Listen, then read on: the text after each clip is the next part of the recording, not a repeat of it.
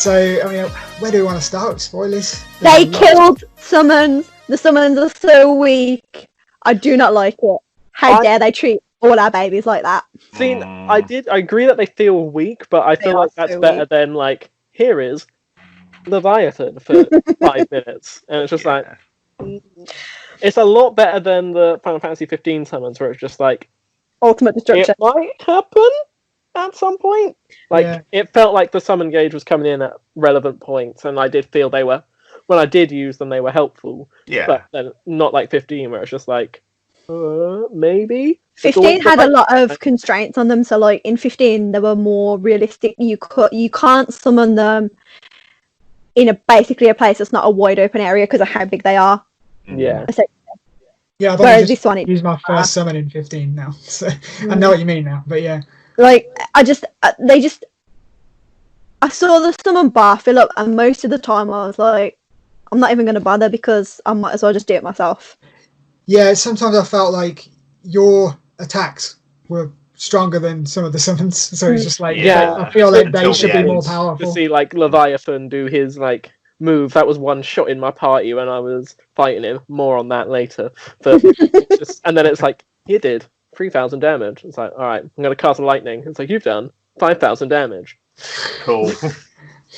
That does not sound in balance, does it? I thought it was going to be like, you like press the button for the summon, and like in the older Final Fantasy, like you had to wait, or there'd be like an animation and they'd arrive. They'd do like one attack for massive damage and they'd leave. Yeah, that would have been better, I think, because they seem like if anything, I used them a lot as just a distraction to make because the enemy attacks them as well, so it's like it's just a distraction away from what you're doing. I used them to like heal all my party up and then just go full on an attack. But like a lot of the time, it was just like they turn up. I bring them in, and they're just, if you don't use their attacks that use your ATB bar, they're very, very weak and they don't do much. But then when my own ATB attacks are more powerful than theirs, what's the point of using theirs? Yeah, you know what I mean. Well, I did feel their ATB attacks were useful, but especially on like I used Leviathan a lot in the end parts of the game, and both his ones took 2 things. I'm just like, that's a lot harder to build up 2 ATB for one. Like I did use it a lot, and I did feel it was beneficial. But I also felt like because I pre-ordered, I got the Chocobo Chick one, and I felt like that was coming up a lot. It's like that was a lot easier to summon, and whilst that obviously was weaker, it felt almost like I was a bit cheating. But the fact it could do all the elemental damage actually helped a lot more, especially earlier on in the game. Yes, I was very annoyed there wasn't a lightning-based summon. Was there not in the end? There isn't. Because I didn't get them all in the end. I missed. Well, I can't get the last one because Bahamut is like, no, not happening. I used it for it most of the time. Same, to be honest. That or Shiva. I was gonna say I like Shiva. She's my favourite summon, so I use her a lot. I did find summoning Ifrit against Shiva was very helpful, especially because I went in against Shiva as just Cloud, as I didn't realise that if I came back later, I'd have party numbers. So that was a struggle. I'm still mad at Leviathan for his one-hit KO move. Like I had like tiny bit of health left on him, and he did that, and like I just had Barret, and I was just like, come on. He's so weak, and he finished me before I finished. So I was not happy. But Barret doesn't he doesn't handle as nicely as the rest. He feels really clunky. Even his dodge, he's just not. He's not fast. No, he's not a nice party member. Whenever I changed to Barret in the near the end of the game, when I got used to using him properly, like, and how I should have been using him, rather than dodge roll or run away like to dodge stuff, I just blocked, and he took like hardly any damage when he was blocking, whereas everyone else still took a decent amount of damage. Maybe that's where I'm going wrong with Barret. Yeah, maybe it worked really well. Like literally just block, wait for their attack to finish, and then attack as Barret. That's why I ended up doing. It took me a while to work that out though. But you can get materia slots for days in this as well, which I'm quite shocked. Because in the original, materia slots were hard to come by, and in this one, it's just like, Oh, you want like 4 more materials? Just take all of them. Yeah, why to not? be fair, there is a lot of material as well, though, in this. I did feel like there was a lot of slots, but I also felt like I could have done with a few more in places. Yeah, definitely. Once I worked out how good some of the material was, like the one was just like cure poison, then evolves into cure all status effects, and then prevent all status effects. And there was one fight in chapter 17 where it's just like, oh my god, if I didn't have this stop status effects on, I think I would have died like 10 times over. Yeah, definitely. I loved. I wish there was more of the elemental one where you can link it with what element you got, so your weapon does that damage. I only found one throughout the whole game. I think I missed one. I think. Yeah, there's 2 in the whole game. I feel like that would have been, but that might have broke the game in terms of like how powerful your characters were if you had more than maybe 2. One in chapter 6, and then one if you do all the side quests in chapter 14, unless you just happen to walk past it, which is what I did. Yeah, so annoying. I only got the 1, so I probably did that too, even though I did all the side chapters. So I went back because it's an achievement. It was just like, oh, I did that. It was like, so then I went back to my previous. I had a previous save before because it was one of those which the game did a lot. It's like if you move past this, you won't be able to come back. So I was scared, so I had that save. I went back and picked it up and was like, I thought it would just be the thing. It's like, you also got some elemental material. And I was like, no, that would have been awesome and useful. Yeah, that's one of the things the game does really well, where it tells you if you move on now, you won't be able to come back. And it says it in a way where it's like, it's in a conversation where it seems natural, you know what I mean? Rather than them going, like, you won't be able to come back to this save point or something like that. It seems natural in the conversation with what they're saying, and I think that was really cool. It did that really well. Like literally, as soon as I saw a bench, I was like, "Oh boy, here we go." Here we go again. I had the opposite. It was like, all right, I've healed up, and then climb a ladder. It's like there's a bench at the top here. Yeah. I've wasted constantly wasted my ethers. I had way too many items throughout that whole game. I am such a scrub. I never ran out. I don't use items. I am all about that magic life. Yeah, same. Anything that's an unusual item, I just sell it. Because if you got the right materials, you don't need it. Yeah, that's you don't need it. So I just sell everything. It's that classic thing of like, oh, what if I need this for later? Later comes, but what about later? And then it's like, oh, that's it. Okay. Like, I did feel like on some of the bosses I was using elixirs, but like I was using a lot of magic and I didn't feel ethers were strong enough. But potions soon easily, like even a mega potion healed 1,500. It was just like, but Cura heals like 3,000. You have to wait as well to use the items and not just the magic. So. Yeah, that is a bit cheeky. That is. Because I don't think that was a good call. I understand waiting to use the magic and waiting to use your abilities, but I don't think you should have to wait to use a potion. No, you get knocked out of using spells as well, which is annoying. Yeah. But can you get knocked out using items? I never noticed. I don't really use them, so I couldn't tell you. So if you're in the middle of doing one, you get knocked out of it. Do you lose that item? That's I believe so. That's good. I never really probably noticed. I think I only had that with one Phoenix down when trying to do Leviathan. But other than that, I think Phoenix Downs were like the only items I used for. Yeah, after I stocked up on those. And high potions were better. I didn't have like the proper cure on everyone. I was like high potion here, and then just like, and then once I realized I was near the end and was like, I should just start using potions when I come out of battle because I had 80 for the entire game. Because even if I wasn't using them, when the vending machine was like, this one's on sale, I'm like, it'd be rude not to. Yeah, I literally every time it was on sale, I bought every single thing on sale. And I was never ever short of money in that game. Either. Do you know what? Money was so hard to come by in the original. It felt like you would have to properly grind to make some good in the original. And this one, there's just money everywhere.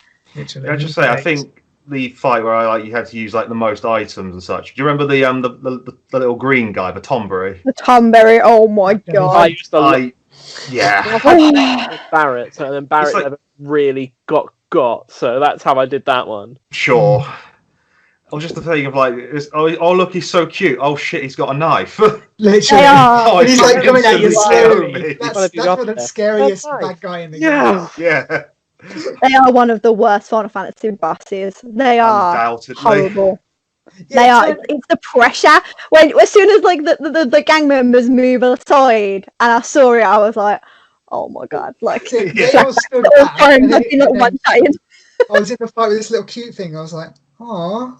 Chris, you wouldn't have known. There's just like instant KO. Like, I was like, "Oh, it's going to attack me. What's it going to do? It's only got a little knife." And then I was instant dead. I was like, "Oh well, okay. This is how this is happening, is it?" It's all about range in that fight. Yeah. I just used Barrett to murder. I used the Punisher counter a lot as well. Oh, that was a good. It's when it just like when it disappears and you're like, "Where is it? Where is it?" And it just turns it behind you. You're like, damn it. I was disappointed with the chocobos. I wanted to ride those bad boys, not just get in the back of the car. Like, wow, there's still time. I'm looking forward to the gold saucer. Yeah, that's gonna be. I'm excited for Cosmo Canyon. I can't wait to see Cosmo Canyon. See, I've heard all these names. I don't know what they look like, but I will. By the time you will find out one day. Really surprised me because I know nothing about I know these 4 party members, and I knew Red 13, and I knew of Yuffie from Kingdom Hearts. I didn't realize she had in the original. She has a really dumb sleeve for no reason, but she is one of my most hated Final Fantasy characters. I cannot stand Yuffie. I've always called her Yuffie. Yeah. She really annoys me. This is my thing. Like, I love Reno. I love Rude. I love Sung. I love Tifa. Who else do I love? And then like all the Vincent. Oh my god, how could I forget Vincent? Oh, I've shamed myself. And then like everybody else, and it's like most of the main people. I'm just like, I cannot be dealing with these people. It's like, just give me a game where I get to play as the Turks and just let me be. I would love a game where you could play as the Turks. It would be amazing. They are the best. It's called Just Dance when you do Timber. That's the only game you play. Stop it. We're in the spoiler bit now, so you can say whatever you want. Speaking Rude of looks like Pitbull. He does look like Pitbull so bad. I love him so much. So he's such a good boy. Like overall, I think all the villains were really well done. Like the Turks are villains. They're just misunderstood. But like one that stood out. They are. I love the Turks so much. Not misunderstood. They know exactly what they're doing. But Henry, you don't have all the facts. Stop this. Stop this now. Oh, Chris. That random the bike guy. What Roach is it? From that was the Kingdom Hearts shining. He was so over the top, and I just loved it. very into his bike inappropriately. So really disappointed that he didn't come back in the later bike segment. I'm sure he'll come back later. They're going to bring him back.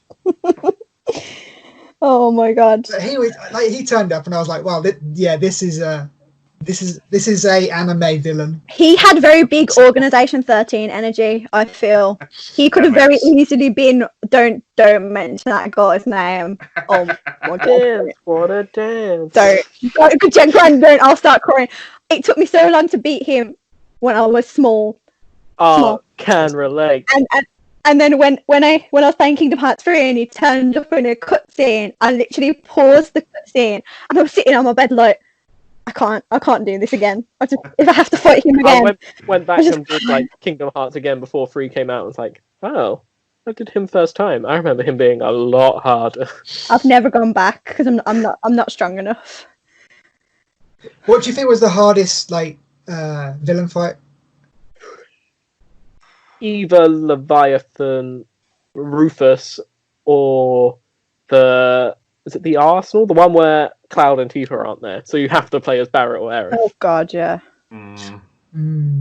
I hate like that was only hard because I had to play as Barret and Aerith. I didn't have my melee character. I think the Rufus fight's not hard, it's just not clear. Yeah, I luckily used the one move that worked on him really early. I was like, oh, it's this move. See, I didn't use that move at all. And then I got him with a limit break, and then he staggered. I thought, okay, that's cool. The one move that staggers him is a limit break. I watched a different video today, found out that's wrong.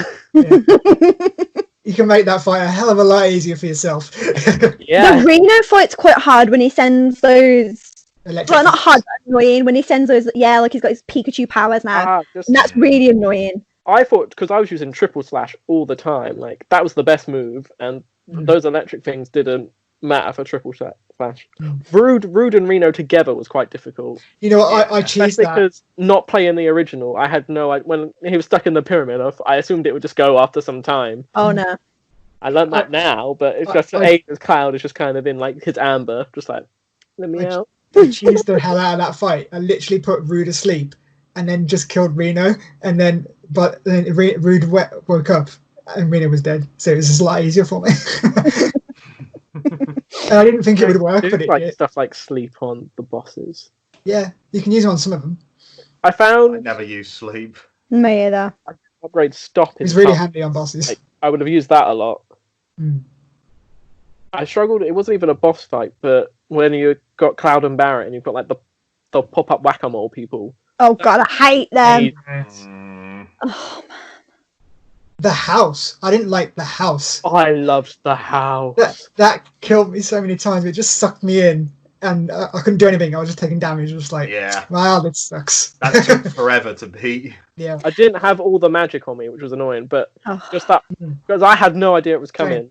Same. And just like, oh, what's this big boss? And she's like, just a house. Kind of a house. The battle goes on and on. It's just like, so what did you do today? It's just like, fought a house. 10 out of 10. That's another part. I think if you've played it before, like you come across these enemies and you're like, oh my god, like I remember this. Do you know what? Especially like the ones that look like a sloth and they do that with their hands. And they look so derpy in the original, and when I saw them and they still just looked the same, I was like. It's like they gave the house such prominence as well in the story. Like that wasn't there before. It was great. So yeah, because I've had what you had in reverse, like going back to the original. Yeah, I'm going back and like, there's more than one house. Yeah, it's so good. But, like, I hate the helicopter people. They're the flying ones. Derpy looking ones in the world. Like, who thought that was a good design idea? Like, what is that about? It's just, Shinra live for the aesthetic. House. You're gonna get this. Go on, put yourself in front of the house, Grant. I don't have the house. Go and find it. but I think the amount of like different enemies there are, like there's a big variation, and I think that was really cool. I like that.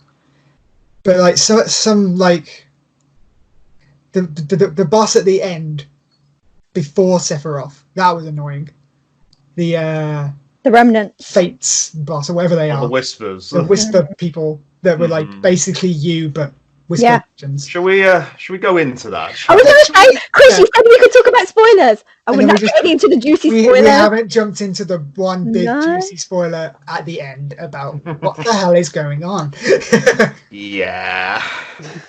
So what were people's like initial thoughts on that? It's one of those things where it's like a lot of remakes, a lot of stuff will just, they won't even acknowledge that something has changed, but like they went out of the way specifically to advise that this wasn't what was supposed to happen.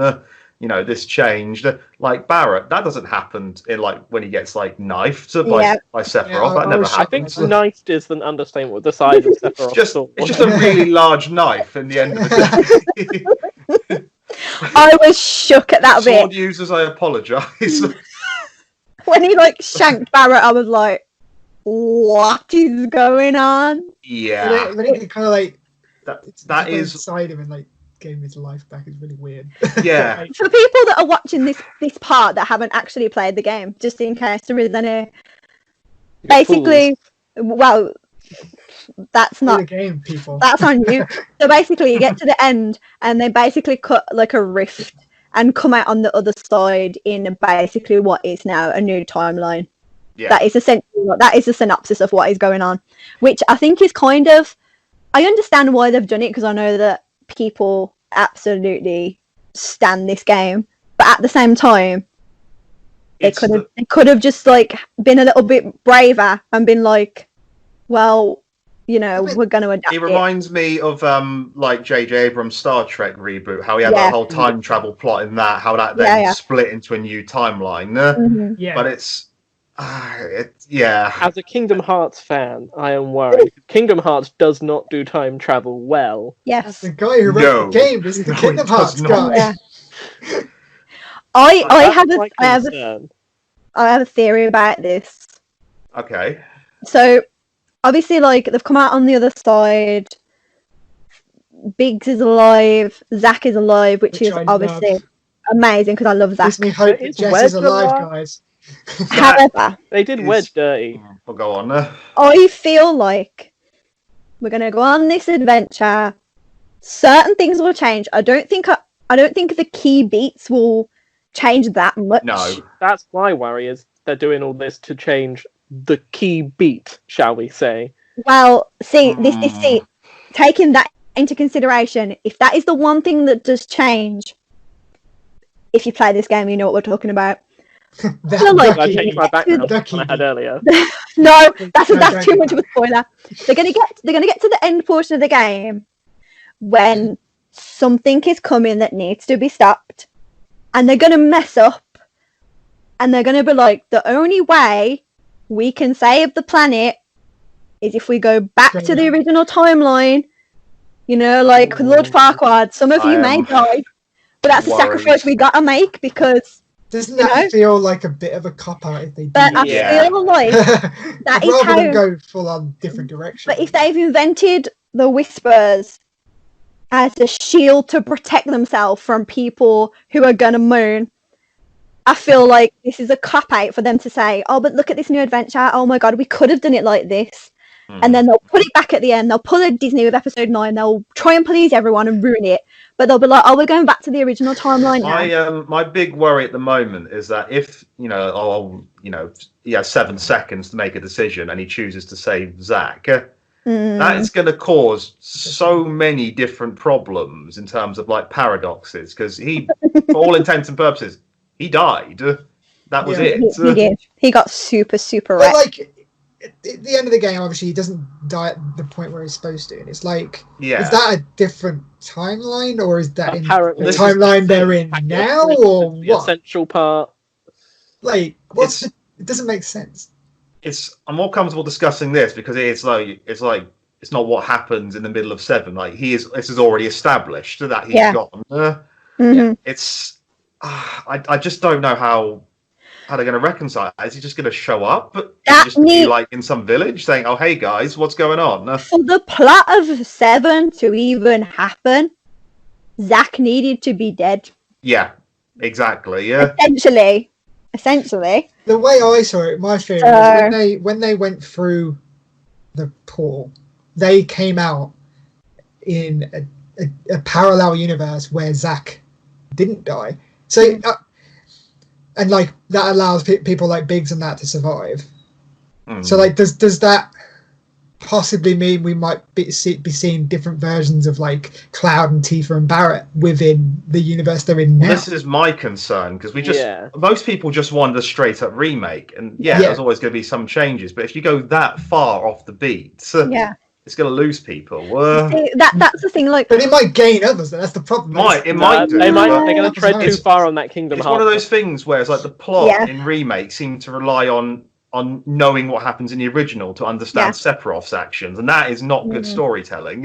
Yeah, that's very true. See, I half know what's going on with Sephiroth. Well, obviously, I've not played Crisis. This is what I mean. I think if you've played the original, there's a lot of stuff they say and a lot of things they drop, and you're kind of like, people are going to start figuring stuff out too early if they carry on like this. Yeah, I agree. Yeah, like I've already done some of that, I reckon. Okay, won't confirm anything. Oh my god, Chris is killing me. Chris sent me a message at like 12:45 last night while I was already in bed this morning, like asking me this thing, and I'm like, Chris. No. Go to sleep. One, the answer's no. That keeps happening. I keep thinking of these wild theories, and I'm like, but it's the Kingdom Hearts guy. These wild theories could happen. If Cloud turns out to be Sora, I quit. No, Nomura wouldn't. Actually, no, I wouldn't even put that past Nomura. That's what I'm saying. If I have to play through Olympus Coliseum from Cloud's point of view, I will find that man. I swear to God, I have so many issues with Kingdom Hearts 3. I cannot do this again. The Leon Yuffie fight in Kingdom Hearts broke me as well. I could kill Yuffie, but I couldn't kill Squall. He's my favourite Final Fantasy character, and one of them, and that broke me, and that was really hard. I couldn't do the Coliseum again. No, I get that. Kingdom Hearts is Kingdom Hearts is so stressful. Sephiroth is not even hard to beat in his own game. Like in the original Severance, the Sephiroth fight's not even that hard. He just gained this reputation from just being absolutely punishing in Kingdom Hearts.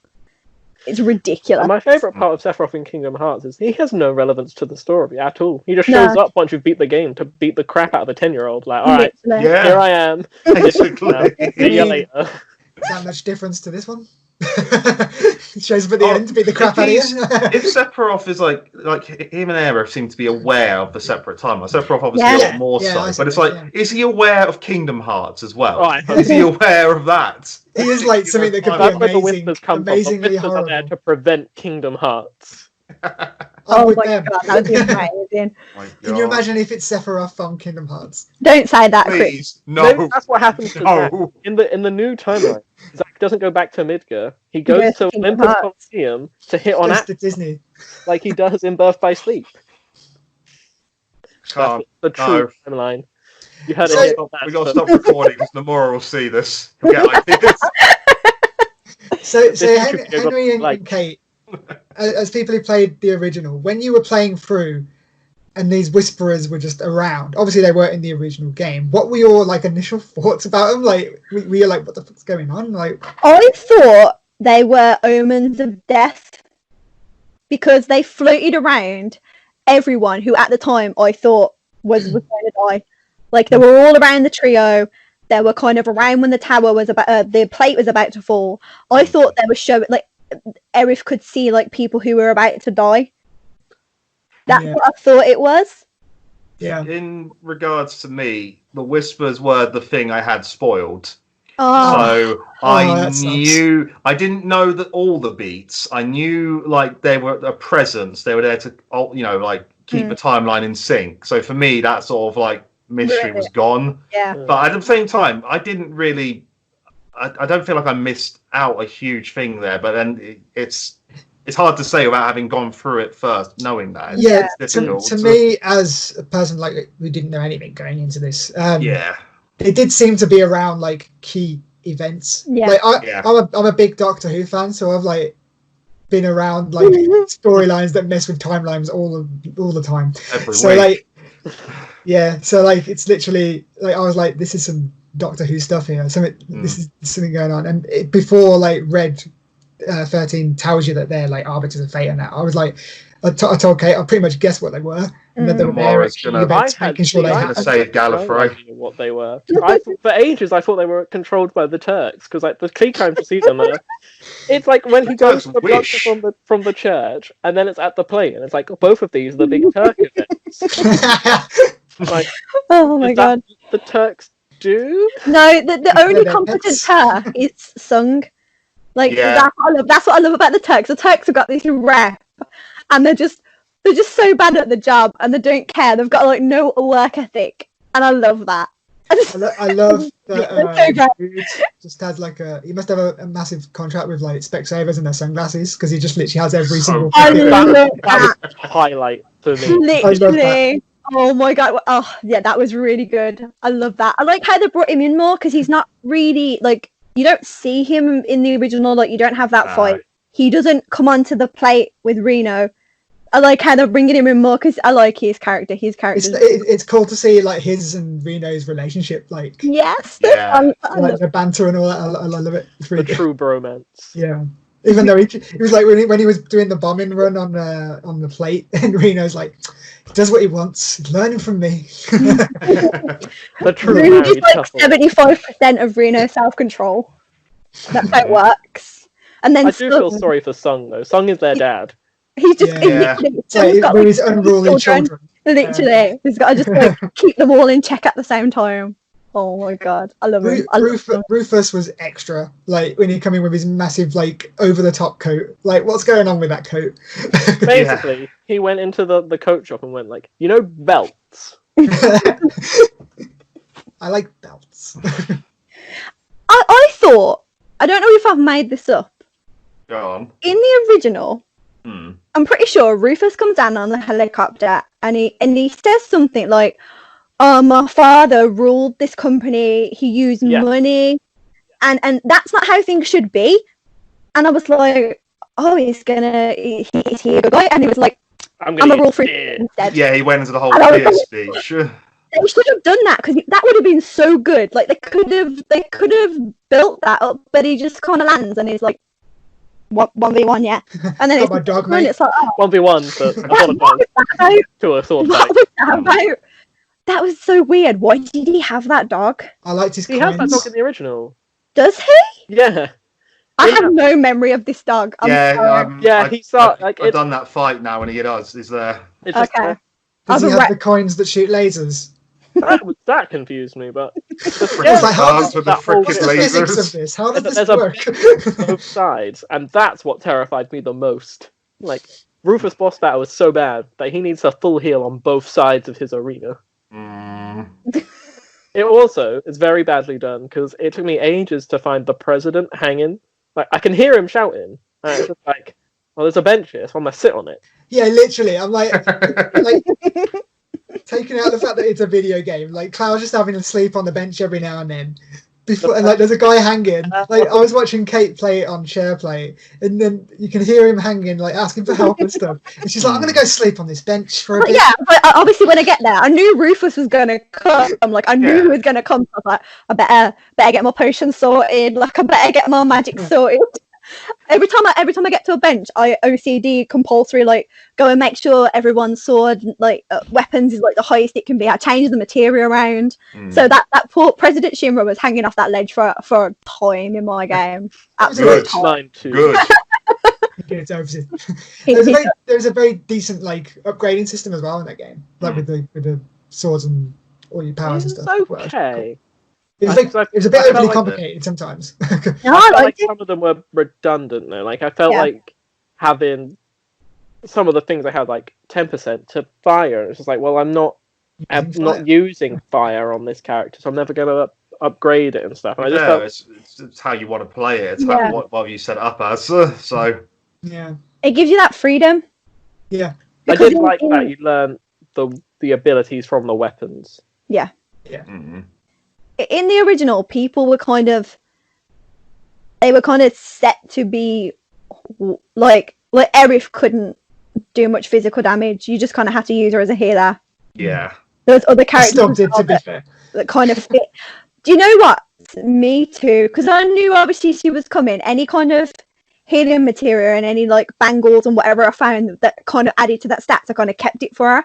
And I had every sort of like regain, cure, barrier, everything. As soon as I got Aerith, I just put it all on her. So I mainly had her as the healer, but I had cure on everybody. I had cure on everyone. I used Barrett, like I had him with like the wind ability, because obviously he's long range, things that can fly. You hit it with wind. Sorted. Yeah, makes sense. That kind of stuff.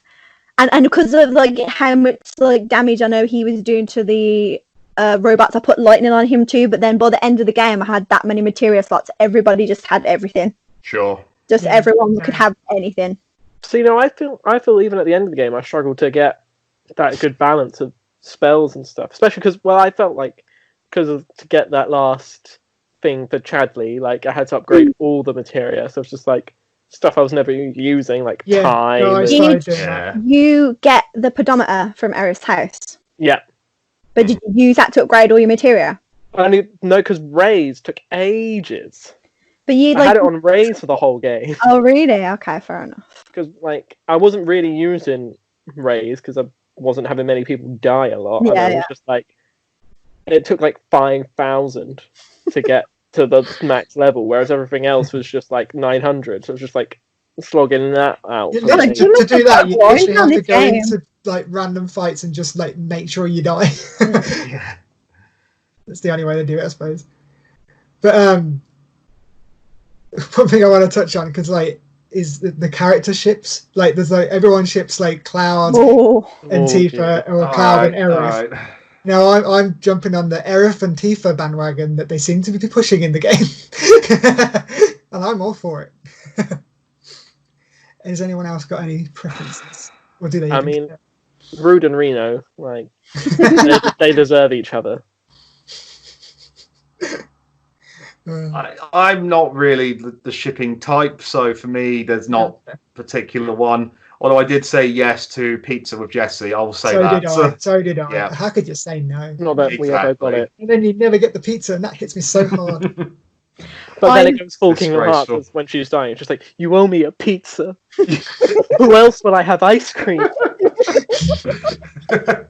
you crying, Grant? Were you getting like flashbacks to Kingdom Hearts? Together. I'm of the Cloud Tifa ship, have been for a long time. I don't even really like Cloud. I just want Tifa to be happy. That's in the game. I felt like I did not like Cloud for ages. Like everyone, like Tifa, I liked already anyway because she's just like the sporty fun. I'm gonna punch everything. Yeah, and it's just like we all know who the true best character of this game is. Johnny. Oh, out! Get out! I love how he's just Johnny Bravo. That's just literally his character. I completely forgot he was in the original as well. Oh, he's just everywhere in the original. Yeah, he's just such a minor character. I completely forgot about him, but he's there. Yeah. I did think I was like talking about the whole wall market section, as that's a bit problematic. It's very yeah. Everybody in that whole place who is facilitating that is a bad guy. Yeah, obviously. And you're like you're having all these interactions with them, and they got like Chocobo Sam's like, yo, yeah, I'm your buddy Chocobo Sam. I'll go out and pick up girls and bring them back to Duncourt. Like, you're a bad guy. Yeah. You're a kidnapper. To be fair, like you're facilitating it. At least he and Madam M and Leslie seem to show some sort of remorse about what they were doing. Yeah. After the fact, I mean, it's not. Sam doesn't really. I mean, he advises you, Aerith, not to join, like, not to try and get into the... He says not to get in, but he's still, like, actively part of that circle. Well, so it is not. I mean, they are all dodgy people in that whole... There's the other question. What sort of, did we go for a luxury massage with Madam M? I went for the highest one. Wish I hadn't. That is a scene and a half. I was just there like, we need to get her on side. If I go for the poor man's choice, that's not going to happen. I went back to do the other quests in that bit, and so I did the poor man's choice, and that's just as bad. I've not done the middle one, but what's the difference? Well, let's just say the luxury one is smooth and sensual. The poor one is a bit more more rough. I can believe it. I did the luxury, but yeah, I imagine it still gives the same effect in terms of to Cloud. He comes out of the poor man's one a bit more traumatized, but but so did I. So you know, I think it's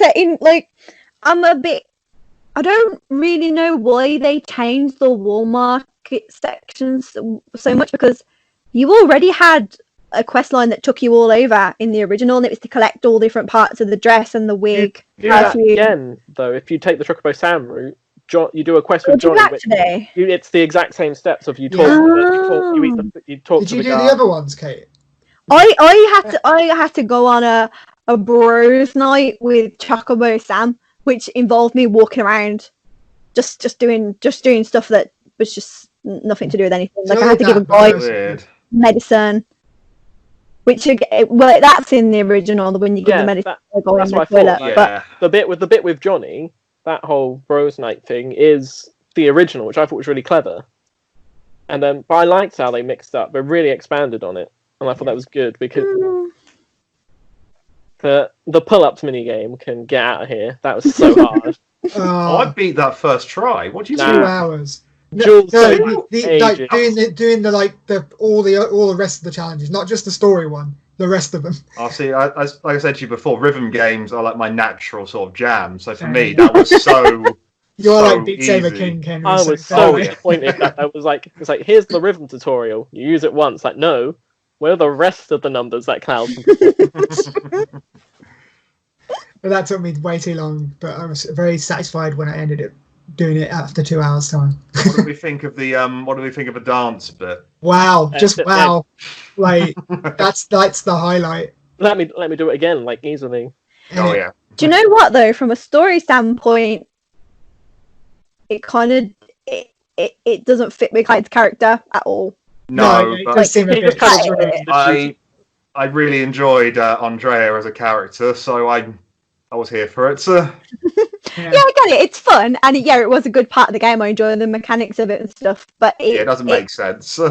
It's not what Clyde is about. I was upset that I got Andrea's earring, and then it didn't do anything. Like, it wasn't an accessory. It was just kind of a, well done, you did well at the rhythm game. I wanted it to give me something extra. I didn't get that. I didn't do that great. You know what? I found it hard to press the buttons at the right time because I was too distracted about what was happening on the screen.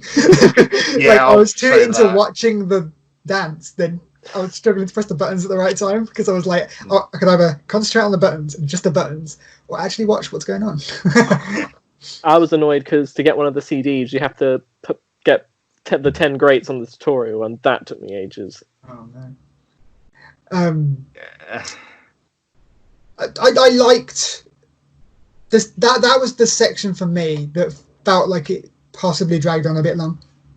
War Market, or War Market in general. But like, I mean, nothing. That was the only bit that really felt like it. Well, actually, no.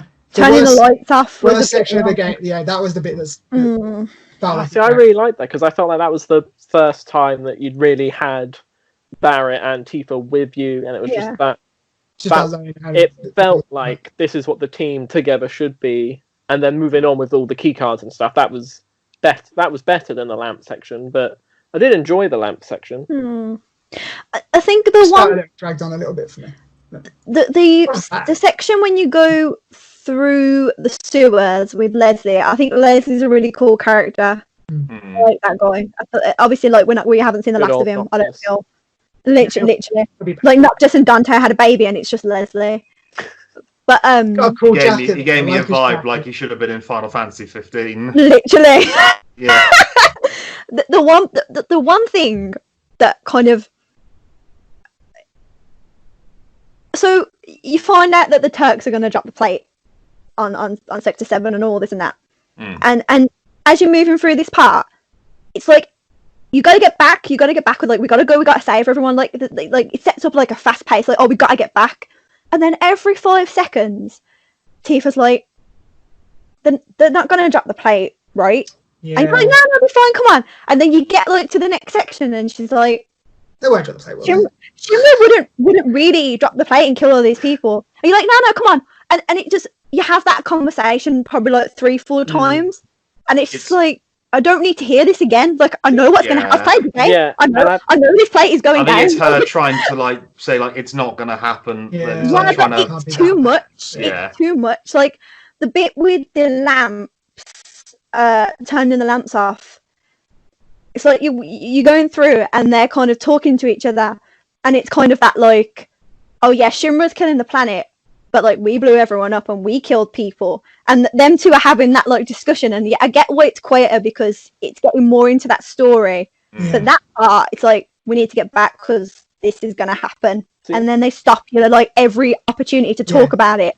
And then she stops to have a conversation with Erif about how they're going to go shopping. Like, mate, everyone's going to die. I love that conversation. 10 seconds before we were all crying because everyone's going to die, and now we're talking about this. Like, I feel like the lamp bit could have had more weight as well, because it's that thing. It's like we're plunging everyone into darkness, and Barrett's like, we're going to be doing that in 10 minutes anyway. Yeah, and then, you know what though? You but go then down Sector to that 5 section, is like, why is it Sector 4 that they're under then? And it's just like, but it would have been nicer if Sector 5 was quite dark, and it's just like, this is some like, I am the bad guy here. I have off the sun. Whereas, and I see with the plate dropping thing, it did feel like, at the time I liked all the ghost bit, it was good, but thinking back, it is just like, I remember being like, we're in a rush. It's like, but we need to go through this bit, and then we need to go through this bit and this bit, and it's just like, okay. A lot of people do get out from under the plate. Like, that is, like... I like that they don't Wedge kill that survives, many people. Like, up to a point, at least. Like, Yes. I like that. That was interesting. Like, it's like, obviously, I knew after that he... I pretty much... Because Kate kept hinting at stuff. Like, I pretty much knew that Jesse, Biggs, and Wedge were probably going to die. And when it got to that point... He was like, I love them so much. He's like, do you like them? And I was like... Yeah, like, I've got no attachment. Like, I'm not really I knew it was going to happen. And then as soon as I saw Biggs dying, I was like, oh my god, I love Biggs. I really like Biggs. And then as soon when you got to Jesse, I was like literally crying. Biggs goes on about, it's like, you need to go back to the orphanage in Sector 5. But then you can't do anything when you go back to the orphanage in Sector 5. No. Yes, like, but when he's alive at the end of the game, he's in the orphanage. Yeah. I think it would have been nice to like be able to have the option to either conduct a Biggs final wish or just go up to the orphanage and be like, nah, screw this. Yeah. Like I saw like some of the background characters talk about Biggs in Sector 5, but that was about as far as it went. There was no direct sort of thing to do with him. Did he go to that orphanage? He helped the orphanage a lot because in one of the quests, the owner orphanage woman does mention him. Yeah. But then like I felt like I should have been able to go back and say like, Biggs, he died, but yeah. Not just go up to the person and be like, hey, that guy that helped you, Well, he's not. That's the thing. He's not now, and it's like, what do they do with that? And Jessie's gloves are on the side, so she might be alive too. Do you know what? Matt Pizza. I don't know who voices Jesse, but like Gideon Emery, he's like, I know him from a lot of games. So like, he's in 12, isn't he? He's Balthazar. He's Fenris from Dragon Age. He's a lot of characters from a lot of games. So like he said like 2 words to me, and I'm like, oh my god, that's Fenris. And I was like, why is he voicing this character? Like, obviously, like I didn't know all the magic was going to happen. And I was like, why is he voicing this character? Because it just seems to throw away for it to be him. So when he became alive at the end, I was like, oh. Yeah. So I wouldn't get your hopes up, Chris, that the other 2 are still alive. I don't know, though. Because I thought it was really interesting that they brought Wedge, like, they kept him alive, but then yeeted him off later. Like, literally. I thought that was really, like... I thought he was still alive at the end. You see Wedge. They threw him out the window. They threw him out the timber building.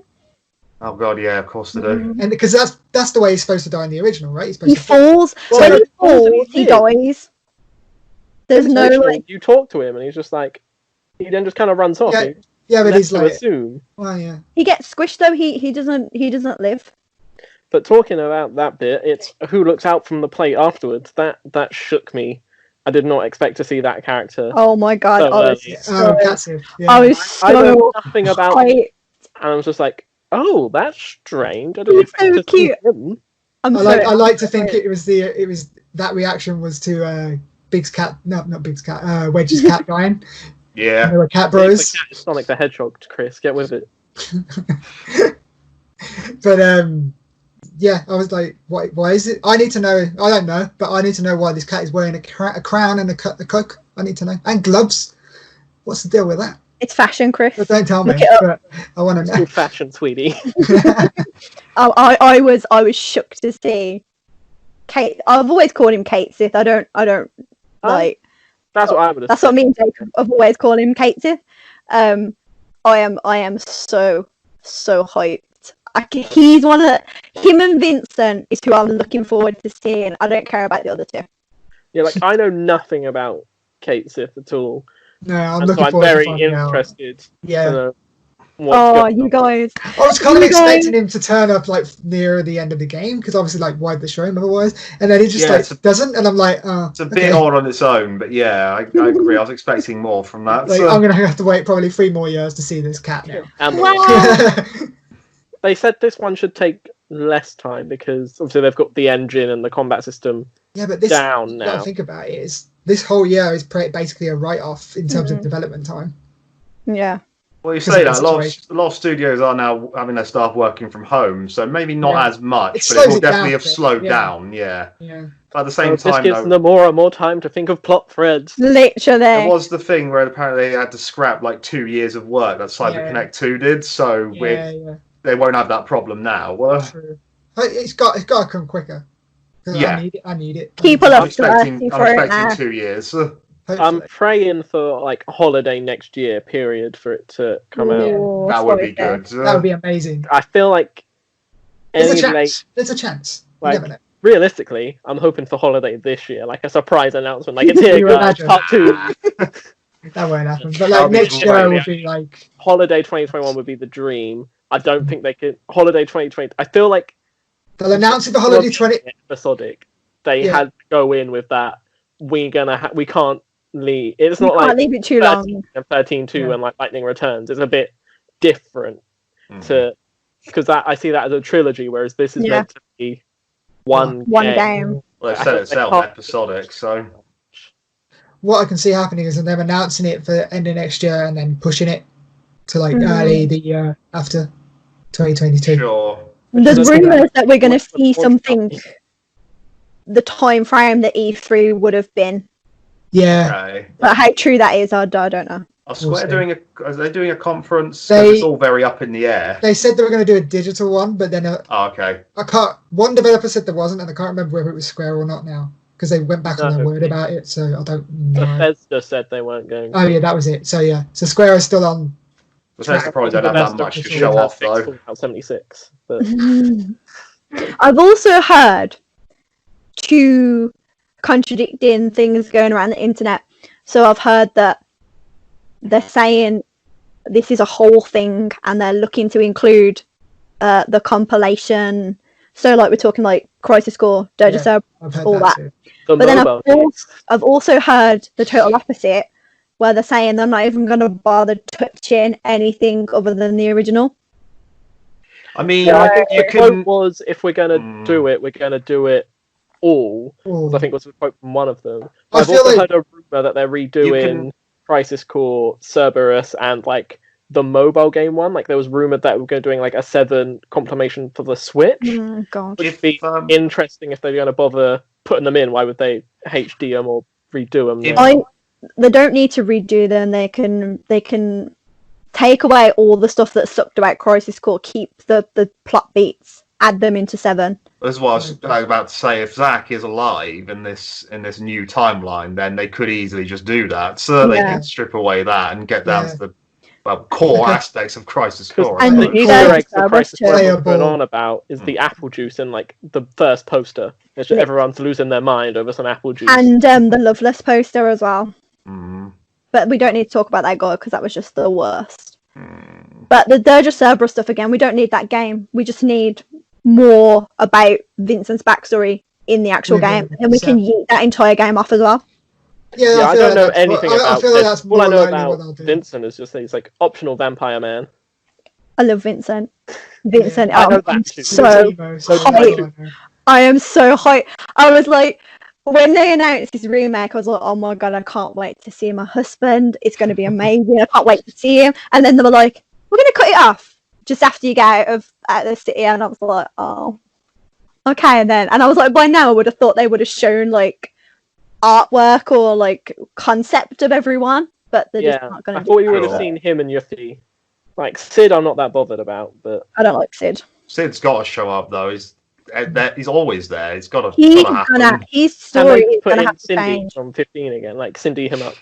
That's what I prefer. God. But Kate, now you get Vincent in like next gen graphics. I know. I love Vincent so much. Be happy about that. I know. I know. I hope so I can miss him out on purpose to upset me. No! I can miss Yuffie. Oh my god, she can absolutely perish. I will not make the same mistake twice. I will be avoiding. They're going to be optional. Sorry, I won't even look at it as I walk. There will be. I want it to be. She'll never see the light of day. If there's an optional party, she will never make it into my party. She'll never get anything. At this point, I feel like they're committing to it that much. They didn't even give you like before. You could just change the names of the characters. There's no option for that this time. I don't think they're going to let you do that. So, I think because they've got the fully voiced, they can't. I've seen what Chris has set his names as in his place. Disgraceful. That's why I bring it up. Come on, they're accurate names. Share with the group, Chris. What have you called everyone? Cloudy's a little bitch. Yeah. Then you've got accurate. You got Barrett as Mr. T. Accurate. then you've got Tifa as Wonder Bra. Or is it Sports Bra? Sports Bra. There's a whole controversy about her tits getting smaller. Well, the ethics division. Yeah. They're Still my favourite. I love how Square had to put a statement out about that. That's hilarious. People need to grow up. It's not like they're small, is it? No, they're not. They're not like they're suddenly gone or something. They're still there. What did you call Aerith? Oh, basic bitch. Oh, you basic. Yeah. Because of what Madam M says about her outfit or her hair or something. I just call her that. Yeah. But what you were saying about having the optional characters count, I feel like in the future ones, not making them optional is an easy way for them to extend the playtime. Yeah. That. So just having them as definite characters will just basically give them an easy way out of. For one time, I want to miss content out of a game. There's also the fact that they've made Wu-Tai a much bigger plot point. Definitely, So Wu-Tai was the person for the entire game. It's like the infamous hacker known as 4chan, that sort of vibe. I'm getting it right now. I just thought he was like the leader. It's just like, oh yeah, they're working alongside Wu-Tai. I thought he was like a gang leader kind of person. Sure, I get that. The way they talk about it, you could think it's one person, but considering Yuffie's backstory is so tied in to Wu-Tai, because I think that's where she's definitely. from. Yeah, it is. It's got to happen, surely. I think, don't quote me on this, I might have made this up, I don't know. I think that Wu-Tai were the only continent place that tried to fight Shinra. Kind of when Shinra started to take over and do all the stuff they were doing, they were the only people to sort of be like, well, actually no. And then Shinra crushed them, didn't they? Because it's been forever since I played Crisis Core. Was the war still going on in that game? Because it's the war that they keep referring to is with Wu-Tai, isn't it? Yeah. Mm-hmm. Yeah. Midgar versus Wu-Tai. Do we know who won? Midgar, I assume. I thought the way it came around, it's like they went into peace talks and now they want to go back and crush Wu-Tai just for banter. Well, yeah, while they're weak. Yeah. Bloody bad Midgar. In the original, this isn't really much of a spoiler. Well, I wouldn't really say it's. Wu-Tai was crushed by Shinra. And they've become a sort of tourist town. They've got no fight left. Selling caravans. They've got no fight left in them, and that's a big motivator for Yuffie. That's part of her story. She wants to bring the glory back to Wu-Tai, basically. Okay. Yeah, that's right. So they're like a ragtag group of rebels, basically, maybe, sort of. Well, Yuffie's one person. Oh. And no one else in the town is picking up what she's putting down. Okay. So they're all just nah. There's a really when you go into the bar in Wu-Tai, Henry. Yeah. I love that bit. Oh no, when I get there. That's a highlight. I love that bit. Me and Chris are just there it's so good. Because it's a vacation town. And there's certain people on vacation there, and it's so funny. I love that part. That's one of my favourite parts of the game. You need to hurry up. You just need to play the original. You just need to just get through it. Yeah. I'm tempted. I can't decide whether I want to carry on after. I've reached that point and I've stopped. But I feel like I could keep going, but I feel like it's best not to. Yeah, because if I want to get the best experience of what it could be, and I imagine getting it all new as what they've done with this one, with the new remake coming up. I don't know if I'd rather get it like that. It's one hell of a jump to go back. Not knowing as well. See, Henry, don't you get that? Don't you feel like it's a bit more special because you already know and you see these things and you see how they've changed and you see them reimagined. It's kind of a bit more magic because you're seeing it looking amazing. Yeah, no, I agree. I like that. It's really nice, and the fact that they stuck so close. Well, obviously some parts didn't, but some stuck so closely to the original script was quite nice. Yeah, and they've definitely made all the characters. They've definitely improved all the characters. They've definitely improved the groundwork they laid because of this whole thing with the planet. That would be the equivalent of someone coming up to us and being like, we should stop using electricity because Jesus doesn't want us to. And a lot of people would just be like, okay then. You put it that way. But like this whole thing about like, because but Eric is fit and Jesus is like. But you would think like in the original they're killing the planet. Like we need to do something about this, and no one's really bothered. But when you get older and you think about it like that way, you can kind of see why a lot of people are like subservient and why people are not fighting the Shinra regime. It's the old thing of like people like what they know. People get comfortable in what they know. Any sort of threat to that is seen as bad, even if it is in the long term good. Yeah, the stuff with like showing the people in the Shinra building who are just normal people. Like that added another layer to it as well. That middle manager can do one though. On the train, he's not even a proper manager. The guy that looked like the guy out of Detroit Become Human. Yeah, you legit look like that guy. I was like, Connor, is that you? But like everyone applaud him on the train. Like, I'm thinking of my times going to work on the train. Like, this would never happen. But the other thing is, Barrett's got a gun for an arm, and everyone seems really okay with that. Yeah, all the other people are walking around with no weapons, and then there's like this guy with a gun with his arm, guy with a massive sword on his back, woman who just looks like she's come people from the gym, with her big guns.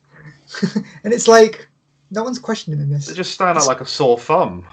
It's like they're in the offices near like Shinra, and like everyone's like, "I have a gun over there." Yeah, but there is some like mad divisions in Shinra, and there is like the Turks as well. So there are like stand-ish people in Shinra. But they've got whole weapons division. You don't see the Turks going around with a gun like in the hand or a sword like on show. I love that random soldier guy who recognised Cloud, and that coming back to be a plot point like 40 hours later. I wanted to know who that was. I wanted to like. I know that he mentioned his name, but he didn't like. He mentioned his mate's name. So are they not from like Crisis Core or something? I can't remember, to be honest. I can't remember that. It's. I played Crisis Core pretty soon after I played 7. That was 10 years ago. So I don't know. Like when it first happened in the beginning, I was confused, and then when it came back, I was like, "This makes sense now." Yeah. No, completely. Yeah. I liked how like different people can get different scenes as well. I thought that was really cool. Like a really good addition. Like we all got like the Tifa hug scene, but there is many different versions of that. With one with an apparition of Aerith telling you not to fall in love with her, which is interesting. And then there's one with Barrett where he's talking about all the rest of Avalanche and how like other people that have helped him, saying that basically it hasn't lost everybody. And I think that's really cool. Like you can get different scenes depending on how you play the game, what choices you make, and stuff like that. There is something very similar to that in the original. Yeah, there is. But you go on a date in the Golden Source. So the Golden Source is basically like a big amusement park, and you go on a date, and depending on like who you've spoken to in what way and the things you've done, various conditions is who you get to go on the date with. So I'm guessing you took the date with Yuffie then, Kate. Mate, I would. That is an option. I'd break my skin too. I would have like threw my PlayStation out the window. Oh my god, this is traumatic. This is. I mean, it naturally leans towards Aerith, but then you can. The Tifa's like next. Then it's. I think it's Yuffie 3rd or 4th on that list, but then it's Barrett. If you annoy, go on a date with Barrett. Yeah, but you have. It's very specific conditions. It's a bros night out, but it's so. It's so specific. Everything you have to do. Yeah. Even like from the very first choice between giving the flower to Tifa or giving it to Marlene, it basically starts from there. You have to go out your way to do it. You have to know exactly what to choose. I mean, if you can't go on a date with Red 13, what's the point? I love Red 13. I mean, if you can't go on the date with Kate Sith, then what's the point? No, Red 13 was like, I loved his character. I think he's so cool. Yeah. I'm kind his voice is awesome. Deep voice. It's not the voice I expected to come out of him. I know, his voice is very unusual. I wasn't expecting that. He looked so good though, like the animation on him and stuff, it looked amazing. Animals and fur in that engine look amazing. Like all of the cats that you see, they look so good. Apart from their mouths, because they all look like they was like creepy smiling. Maybe that's just the cats of Shinra. Maybe. Well, they could be like Mako poisoned. Maybe. Never know. When he gets Red to smile, that was hilarious. I love that. I love that bit. But he was a really good character, and the animation on him when he's pulling down the levers as well is really cool. That's that's how a dog or a cat would do that. What is he? What is he? A dog or cat? Lab rat dog. That's what he is. I thought he was a wolf because one of his limit breaks or one of his, I think it is his limit thing, isn't it? It's called like Howl at the Moon or something. So I always thought he was like a wolf. I think he is described as a lion wolf, like. Yeah, it's like a cat and a dog. That's confusing.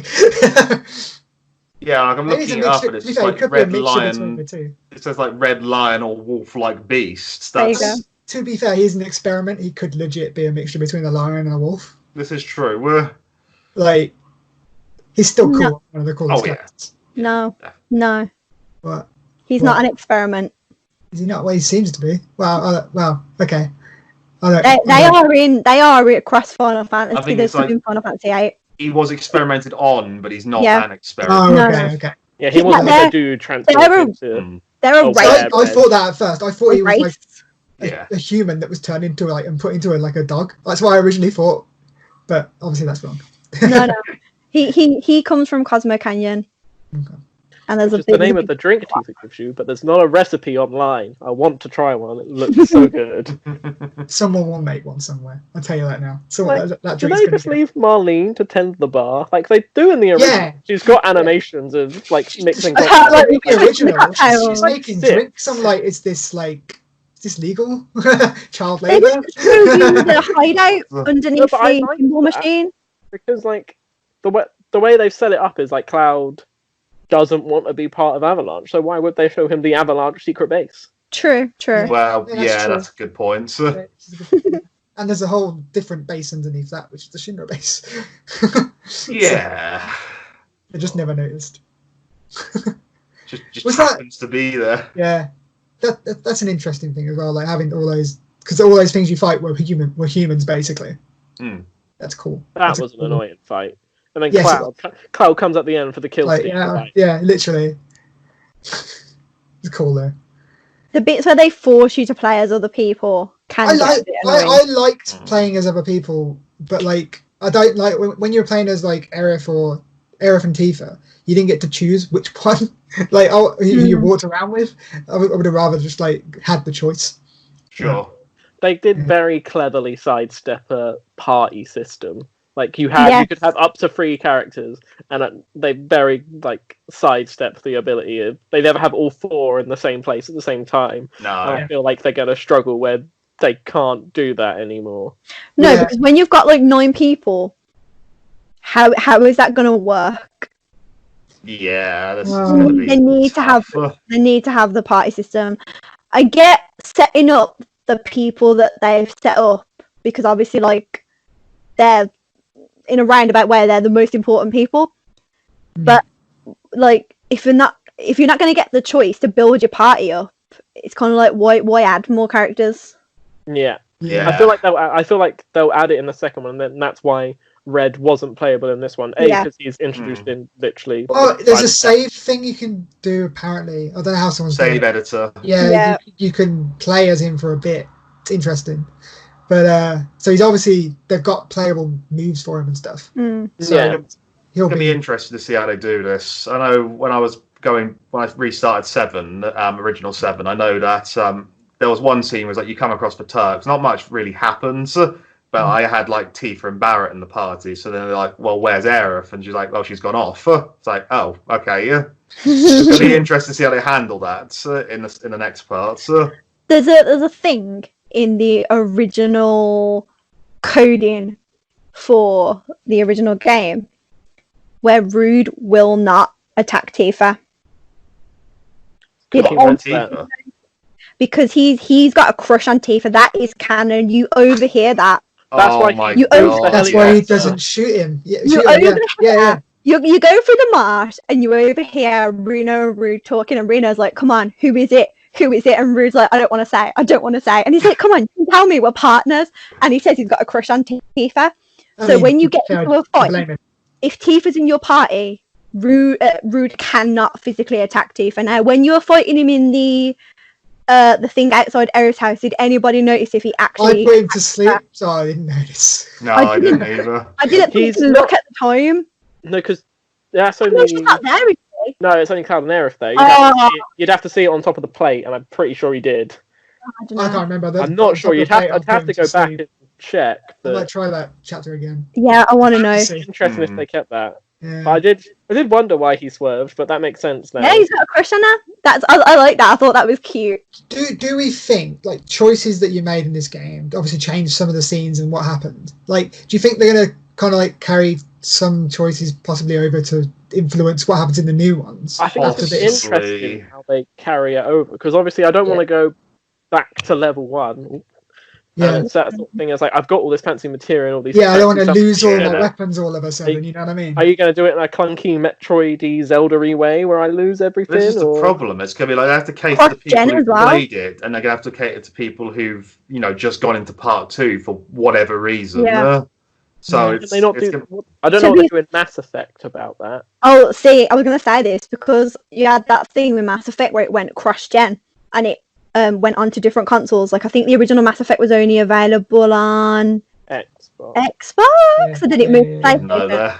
Yeah. So basically, at the start of Mass Effect 2, you're in like a helicopter, like some sort of, I want to say it's a helicopter. It probably isn't, because that's not spacey enough. And someone's there, and they're like, "Oh, so you're Commander Shepard. I've heard interesting things about you." And then you get the choice, like you do your backstory, who you romance, it's in the story.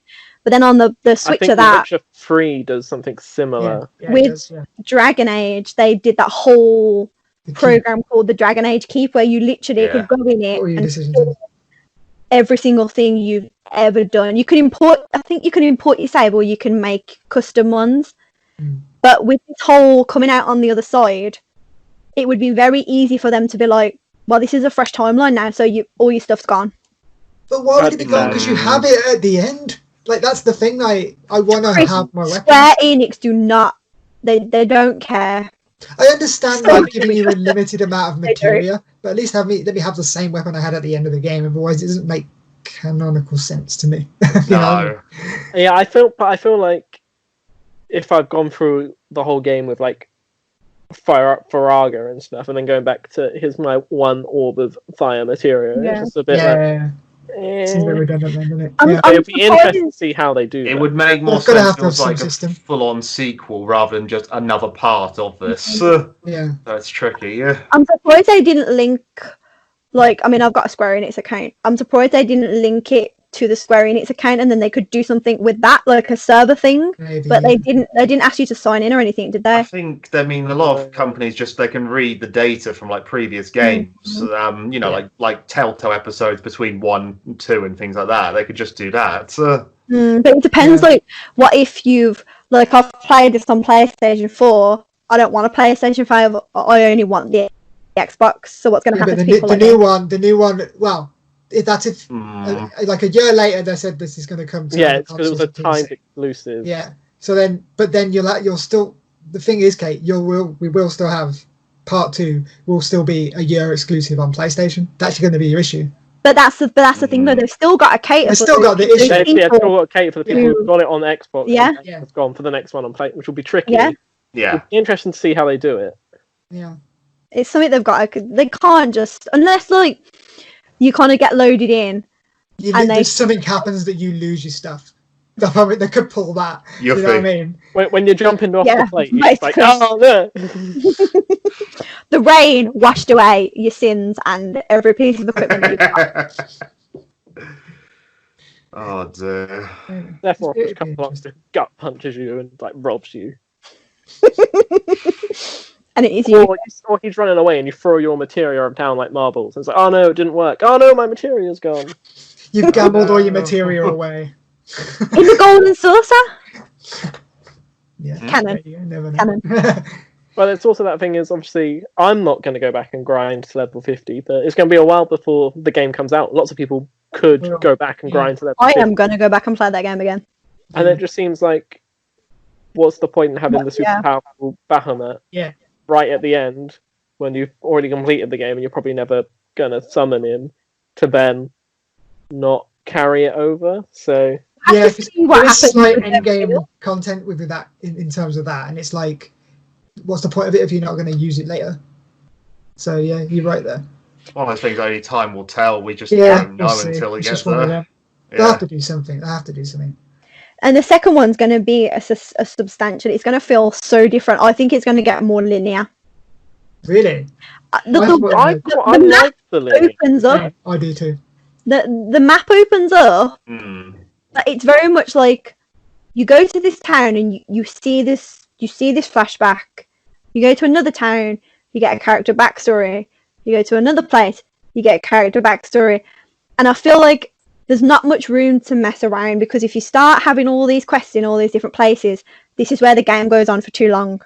To get all these pieces, what they've done this time. So you have like, here is chapter 19 or whatever, takes place in Calm or whatever it is, and it's just like, we do Calm, there are side quests in Calm or in around the area, and then we move on to Angry, I assume. It's gonna I feel like it's gonna get a bit, the map's gonna be bigger, there's gonna be more places to go, but I feel like there's not gonna be as much faffing around. Like, because isn't the open world bit like later on like important for when you're doing the chocobo breeding and like the red weapons and like Knights of the Round and all that? Yes, and there's like, you get different levels. No understanding of them. You get different level of vehicles, and these different level of vehicles can get you to different places. There's lots of little tiny side stuff. How you can get people's ultimate weapons, so you can grind for enemy, what they called enemy skills. Yeah, all that kind of stuff. But I don't feel like that has a place in this new one. I don't feel like things are going to be as complicated, because this new breed of Final Fantasy doesn't really cater to people who want to do that sort of stuff. No. It's more of a hand-holding thing, not in a bad way. Just it gets you where you need to go quicker. And I feel like if they start adding all this old RPG stuff in, people aren't going to like it. But I don't know, because one of the biggest complaints about 15 is it's open world until it's not. Well, there's you're not there yet, Chris. There's a bit where it's like, and we're no longer in the open world. This is the rest of the story. Like, it was meant to be more open world, but it's like, here we are. Here are the last few chapters. Here's the chapter where you can't pick swords up off the ground. Still bitter, but you know. And it's just like, that was the biggest complaint, was it was open world until it was linear, whereas I feel like this is that mix already. And so I feel like if they then put you only linear and take away the open world elements, people will complain. I don't think it's going to be I don't think they're going to strip it back, but I don't feel like there's going to be different as much. Like, you know, you backtrack a lot and you go to places and there's all the like, oh, I lost my cat. Like, oh, just, nobody cares. Yeah, I can't stand side quests like that. Even though, to be fair, that happened in one of the first ones. I don't feel like there's going to be that level.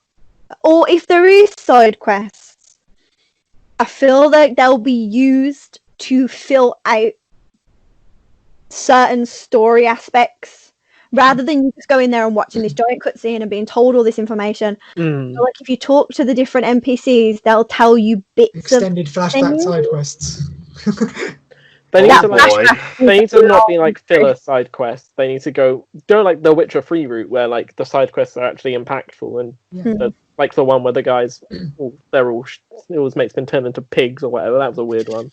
But like side quests that matter, as opposed to, hey, this area you've just been to, there's now a big monster in there, go kill it. Or stuff like that. Just a bit, You've got to pick up all the party members as well. Remember, really, you pick up all the party members before like the story starts to get real. Like, before like some major stuff is dropped. So you don't really want to be going for hours and hours and hours. Just like, go to a town, here's some backstory, go to the next town. Oh, here's this new character. 10 after that, here's some backstory for a character you've already got. 10 after that, new character. Streamline it. That would be that's basically what it is. You get outside, you go to Calm, you have a flashback, you get backstory for Barrett, Red. Barrett and Red in 2 other towns, Cosmo Canyon and Coral? Coral or something. And then you pick up Yuki and Vincent and Sid. Vincent's not really got that much backstory. It's kind of just like, I'm here now, let's go. But Sid and Yuffie obviously have got a lot that you can delve into, and that's just going to get boring if it's just that whole thing, just one after the other. But I feel like if they're adding all the new stuff, like obviously they can bring people like Leslie back. They can show what the impact of like the Shinra reach. Yeah, I think they'll focus more on Shinra as the corporation going out to these small villages and. I want to fight the Zalem. Like the classic. There's going to be all that anti-Wutai sentiment, which you'll get from the villages that obviously between the two. Obviously, Wutai will be a big thing. You might go see other Avalanche, like, because Avalanche HQ is like a thing now, and we're just the Midgar section, so that implies there's other Avalanche, so they might expand on that and how that reacts into like the Wutai War sort of thing. So you reckon it's going to go full 15? I reckon.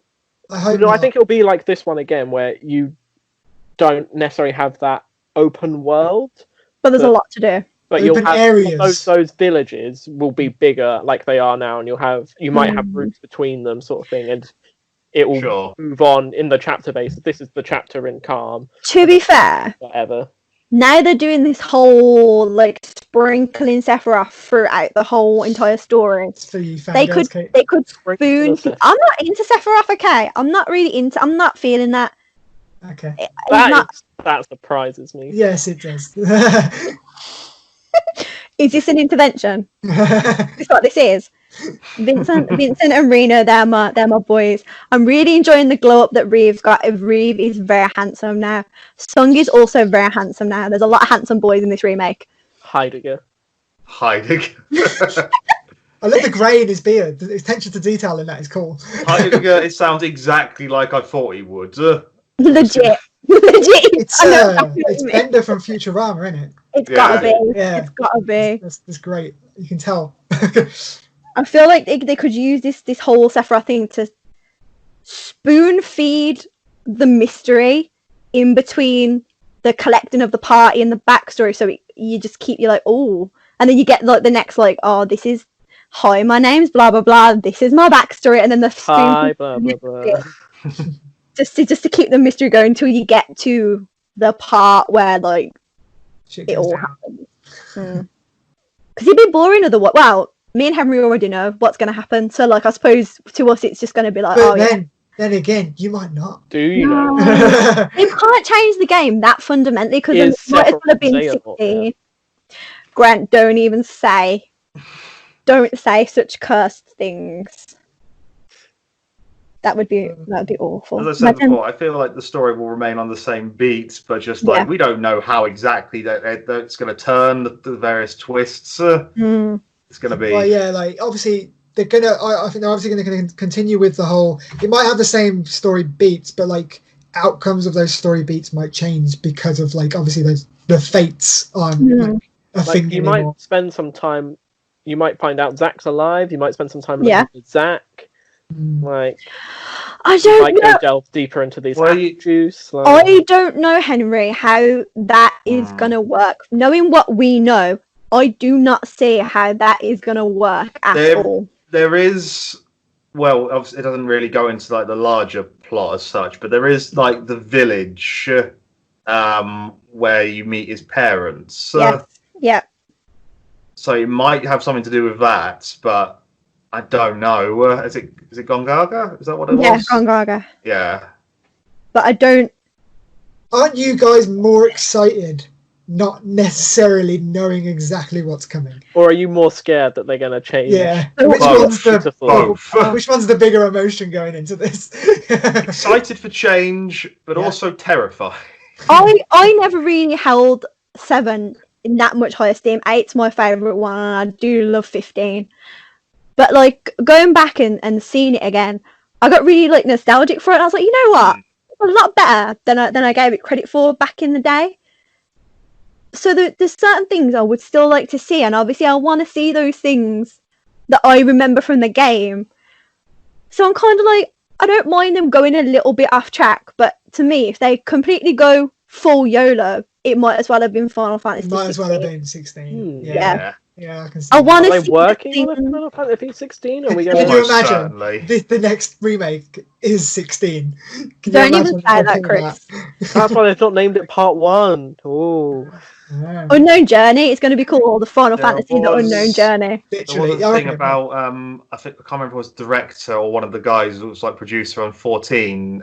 He left that project, and I think he said that he had to come back for something pretty big if he were to return, and he has come back to Square Enix. So people think he's working on 16 right now. Maybe.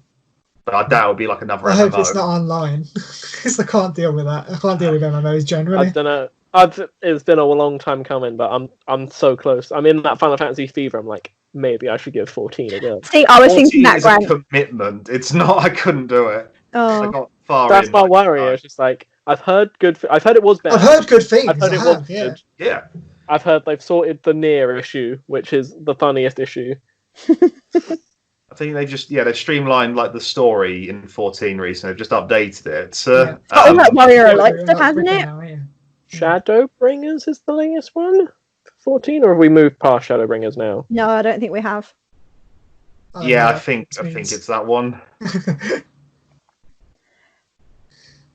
I want to keep the nostalgia, but I don't mind if they change it a little bit, but I don't want to see it changed to the max. Yeah. Personally, I know, like, so I finished the game, and I went on Instagram and I was scrolling, and I saw that the official Insta had shared a post, and it was a picture of Sephiroth. It was like, oh, you've been asking for more, here he is. And I clicked on the comments, and the comments were literally, this is the best game I've ever played in my entire life. I cannot believe how good of a job you've done. This is excellent. And then the total opposite side was, how could you have done this to a game that so many people love? You have literally destroyed it with the last chapter. I will not play the next part. And it was just going on, and it was that. There was no, like... There's no middle ground.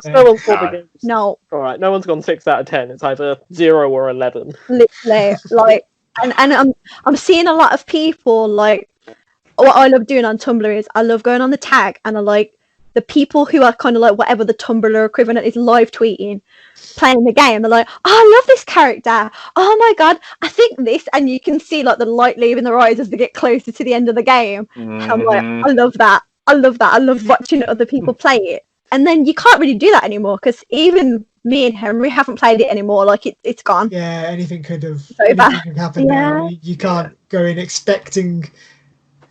Do you reckon they should have kind of give an indication of how different direction in terms of like, that ruins the experience? Yeah, it's the twist, right? Here's the thing: they released a trailer which shows all of like the major twists, like right after. I think it was like right after it launched or as it happened. And it's like, if you're going to keep it so secret, why would you then put it all out there in something that anyone could watch? The bit I saw was the trailer of when you first meet Aerith, and there's the whispers there. So there was that idea of, okay, there is some extra stuff. Apparently they hinted at like there's ideas of change in past trailers, but no one really everyone just dismissed it. No, I don't remember picking up on anything like that. No.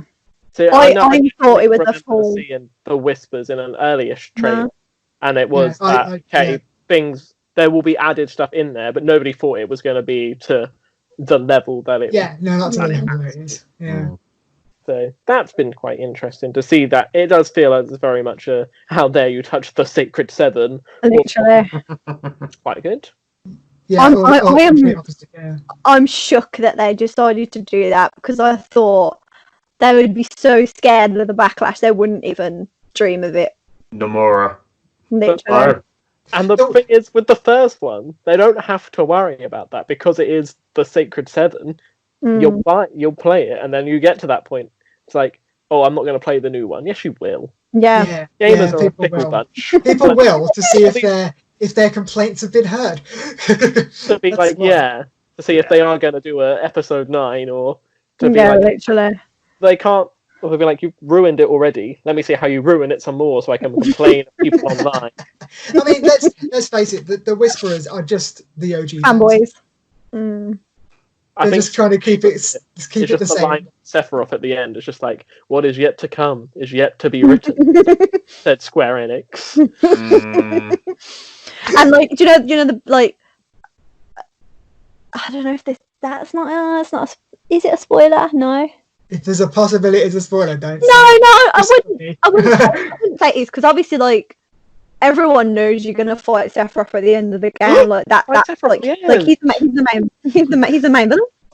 That bit where he takes you into the edge of creation, that's kind of like the last fight you have in the game, isn't it? Like, it looks very similar to the place where you fight Sephiroth at the end, so when he's like, yeah, a little bit, yeah, it's not time yet, and it's like, did we just skip all the way to the new reimagining of the end of the original 7? Because like it looked very similar to it, but obviously you weren't like getting like absolutely destroyed. I think the other issue they have is now it's not turn-based. Is like Sephiroth's final form looks stupid. Like that's.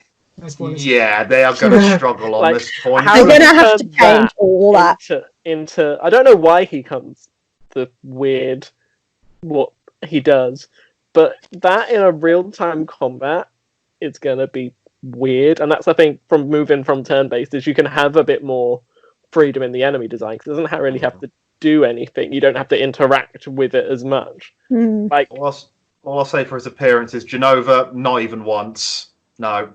I don't know. No. We're talking about this girl's Genova. Oh. Oh dear. I'm hyped. I'm like, I can't wait to see what this person's gonna look like. I can't wait to see what this place is gonna look like. I can't wait. I hope they bring the Chocobo breeding minigame in as well. I'm looking forward to it, because I like the fact that I'm possibly on the same page as everybody else now, because no one knows what's coming.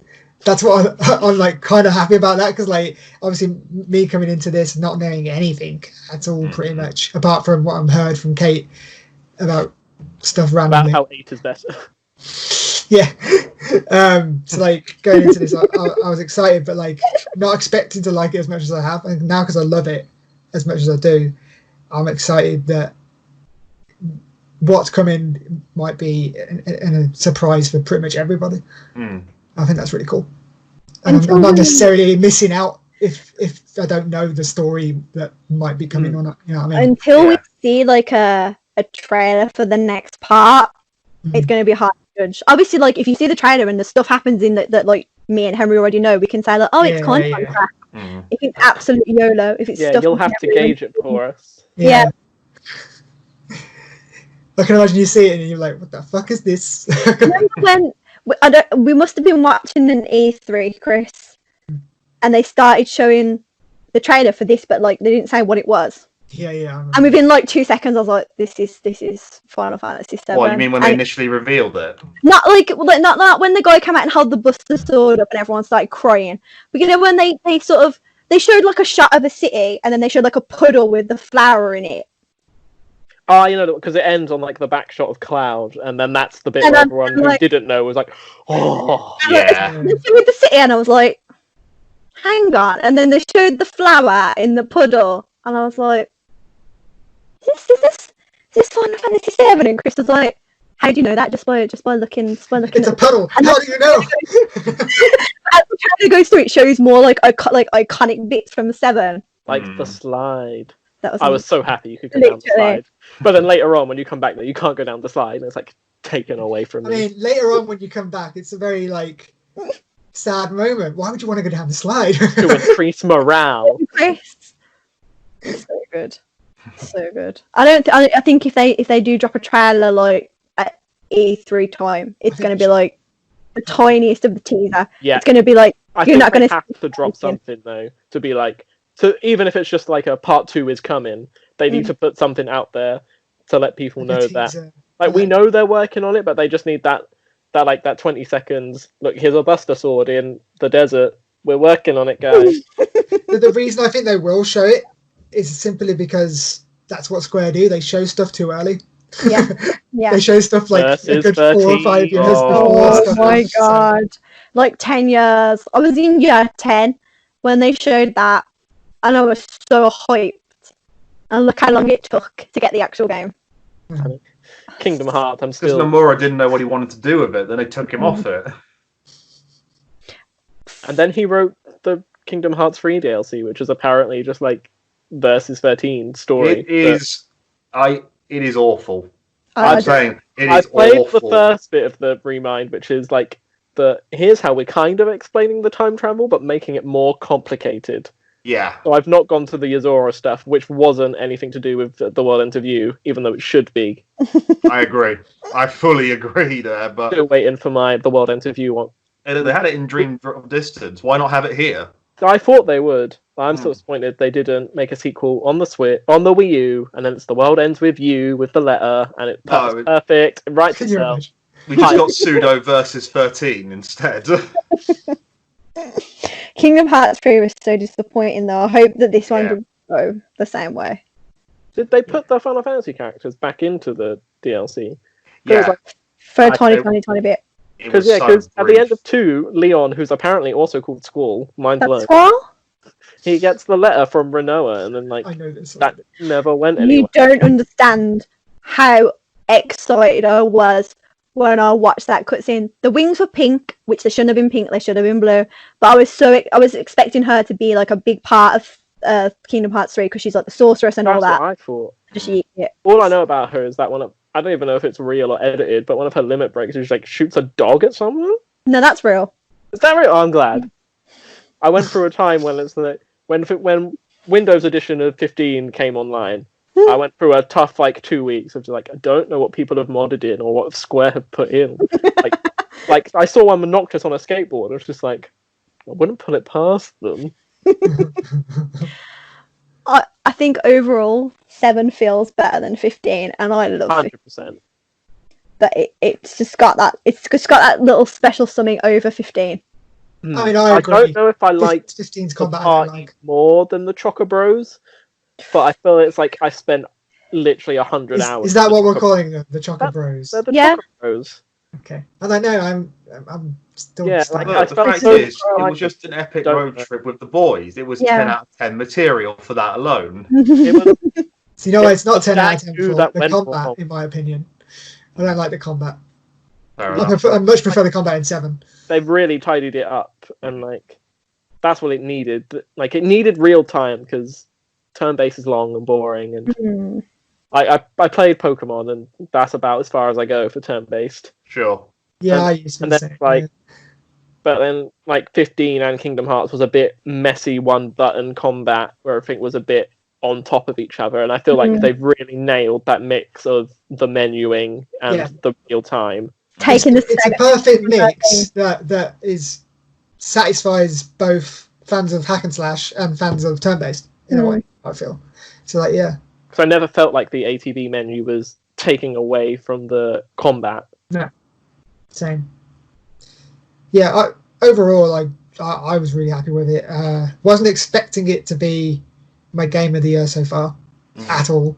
And it's one of my games. Any other games this year? The only one that probably could take it away this year, if it comes out, obviously for me, is Cyberpunk. But we'll see, because that might not even come out this year. I don't know. CD Projekt Red a bit iffy with it. So we'll see. Yeah. No one can predict what's going to happen for the rest of this year. This might be the last big game we get. I can't think of any others that are meant to come out this year. Last of Us 2 is just. Everything's been delayed, so I can't think. Yeah, delayed indefinitely, so that might not even come this year. Look, it's fine. Remember this time last year when we were we're only going to have 3 weeks to play Final Fantasy 7 before Cyberpunk. Yeah. I'm glad it kind of moved. Yeah, but we all kind it in we all did it in a week. It's alright. A week of delays. But then again, it's fine. We have time to go through our backlog instead at the moment, so it's fine.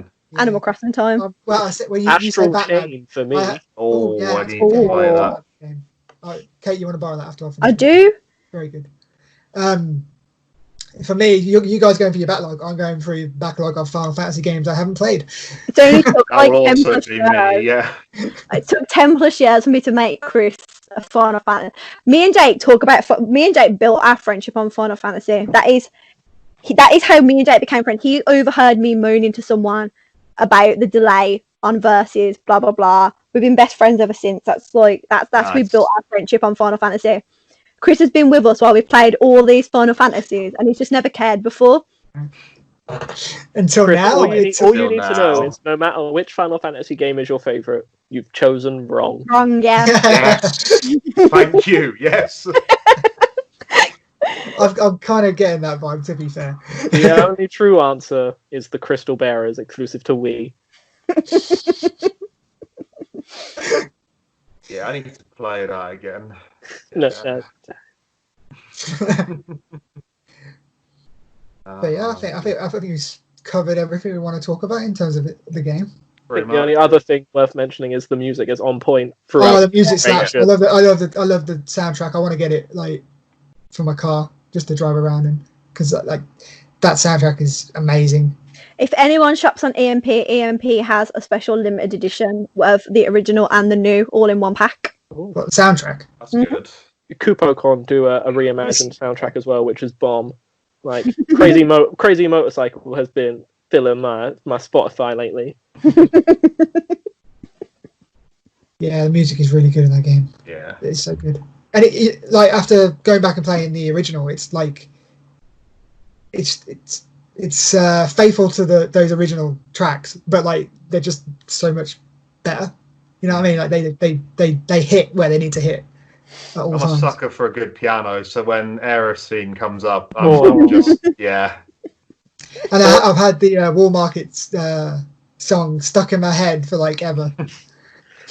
The Whack-A-Box minigame gives me such Danganronpa vibes in that music as well. Oh, God, no, not again. I love the Whack-A-Box game. I'm going to say that what do Kingdom Hearts and Danganronpa have in common? I hate the third one. The third Danganronpa is good until the ending. Yeah, that's. Don't tell Kate she hasn't played it yet. She hasn't played it yet. I haven't got the fire yet. I won't say anything else. Kate, I know what it is because I got told the other day. Oh no! Do you know what? It's been that long since I played 2. I don't even know what was going on. I got a good way through it and I just fell off of it. And... Oh well. We're in the spoiler chat, so we can talk about the end of Danganronpa, right? That's how this works. yeah, definitely.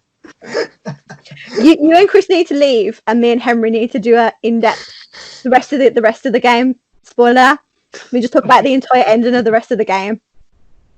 Yeah, we just go for have a nice long. How much time we got? Like another.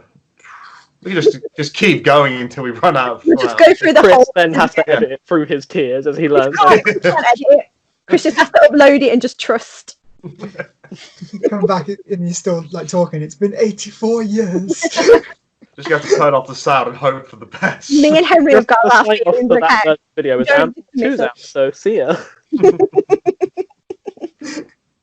The hardest part, that is the hardest part of this whole thing, is interacting with you two. Got like you guys are like talking in the chat about stuff, and I'm there and I'm like, bad theories. It's a good job we cannot all be in the same room, because I cannot be dealing with you two in the same room talking all these stuff, because I couldn't. I'd crack. Don't look at me. Don't talk about it in front of me and Henry, because I'll just tell you the ending. I'll tell you it all. I think I know the ending. Like I know. I know the thing. And then I know. Yeah, I know the thing, and I think I know the ending. Kind of. I'm sure the ending is, and they all live happily ever after. Like, maybe. Oh no! Oh no! Do you know the thing that everyone's talking about? The thing that everybody knows, everyone should know. I feel like people don't expect that as soon in the game as it actually happens. I don't know when it happens in the game. I feel like a lot of people assume it's end game, and it's really, really not. No. And I feel like if you've never played it, or if you just know the thing, I feel people think it's like sort of what happens at the end, and it's really not. For people who know, like people who are watching and know what the thing is, do you reckon one of the games that we're getting afterwards will end at the thing? That is exactly where I think the next part will end. Wait, so that's the end of disc 1? Mm-hmm. Really? Wow. The shock on Grant's face then. Wow. Yeah, I did not think it was that soon. I legit thought like Keeping that my happened. mouth sealed. I can't see any of you. All I can see is a frozen picture of Grant in front of the house, and then you two guys are in a bubble. I can't see any. I haven't been able to see anyone for this whole thing. It's all good. Everyone's I've online. been able to see you. So it's all good. But yeah, so I feel like that part would be such a perfect part to end it for the few people that have managed to totally escape not knowing this thing happens. I feel like that would be such a great part to end it. That I was having this conversation with my friend before we went to a Final Fantasy thing. Like, that is probably the video game equivalent of spoilers. Darth Vader. Yeah, Darth Vader is Luke's father. Yeah. Spoilers for episode 5. Yeah. Of that. Like, I can't think of any other video game twists. Like, maybe BioShock, but again, I don't think any other video game twist has the thing as blank, blank, blank. Yeah. Yeah, I can't think of anything that's had that much impact, especially because of how it happens. And like the cultural relevance of it's even people who don't know Final Fantasy know the thing. Know that. Yeah. Yeah, well, me. I knew the thing. I didn't know about Final Fantasy. I'm gauging on the internet, like, that people think this is sort of the end of the game. They're like, oh, they're going to change the end of the game and this thing's going to happen. It's like, it's really not. Like, this has to happen. It has to happen. Otherwise, everything that happens after that point, it is literally a totally different game. There are people who are hopeful. Like, you saying that that's the end of disc 1 has literally blown my mind. Like, yeah. I assumed it was that little bit and then the final boss. I didn't realise it was that. It happened so early on in the game. I'm sorry. I'm sorry to break it to you, but it does. Next week, are we going to talk about how Squall is dead between the discs, that theory or whatever? He's not dead. He's literally at the end of the game. If people watch to the very, very, very end, he's literally alive. Renoa looks to the side and he's standing there. And yet there's all these people online are like, I mean, Squall's dead. Squall's dead. Like, he's totally dead. Like, he's not. He's literally there. He's right there. Like, people love a good theory, though. That's the thing. Yeah, because I thought the theory was like when you change the disc, he's actually in purgatory or like whatever. Like the second. What? And you got about when he gets like shanked and he falls off that thing, and then that's the end. Of one disc, and then the next disc is like him in purgatory. I think that's the theory. There's this whole theory that he's actually dead at the end and all this and that, and it's like, stop trying to kill my fave, leave him alone. I want him to live. Well, this new game's given many people more ammunition to find more theories now. So, you know. But then there's things like you two do it. You come up with these amazing theories and you're like, oh my god, I think this is this because of this. And it's better than the actual plot. And you put so much effort into it. And it's like, I know this one thing that will completely end your entire career. And I think a lot of people, there's a lot of that around. Like, people are like, oh, I think this is going to be this, and it's like, it's not, but that's a good idea. Yeah, because like I know nothing about Zack other than his brief appearance in Birth by Sleep, and that he looks like Cloud. And sometimes at like KoopaCon and stuff, I don't know if the cosplayers are Prompto and Noctis or Zack and Cloud. I can see that confusing. Yeah. It's like, it's blonde hair and black hair. Don't know which way they're going. That's the thing. Like, Chris has said, Chris has even said stuff about things, and I'm like, I feel like you find that out in the actual remake, and Chris has just completely like ignored this whole thing. And then, like, we're getting these new breeds of theories of people who've never played the original, and it's like. Yeah, I'm learning. I'm not going to put those theories online because someone who does know will just come and tell me. We'll just be like, actually. Yeah. According to the encyclopedia. When Red 13 meets up with the other 12 Reds and becomes Voltron, that disproves your theory. Oh, man. He's giving me that look like, how did I know? But this is the thing where Infinity Gauntlet of Reds. I think you guys playing a very, very spicy game if you do not carry on the original. I would rather. The thing is, like, the fact that I know I've only ever seen one spoiler for the whole of 7 up to now, and yet I'm not. But the thing is, it'll definitely it's going to pop up in my feed. That's the problem. It's more relevant now, and people will be like, "Oh, I think that this will happen because this happens in the original," and you'll start to see it trickle in.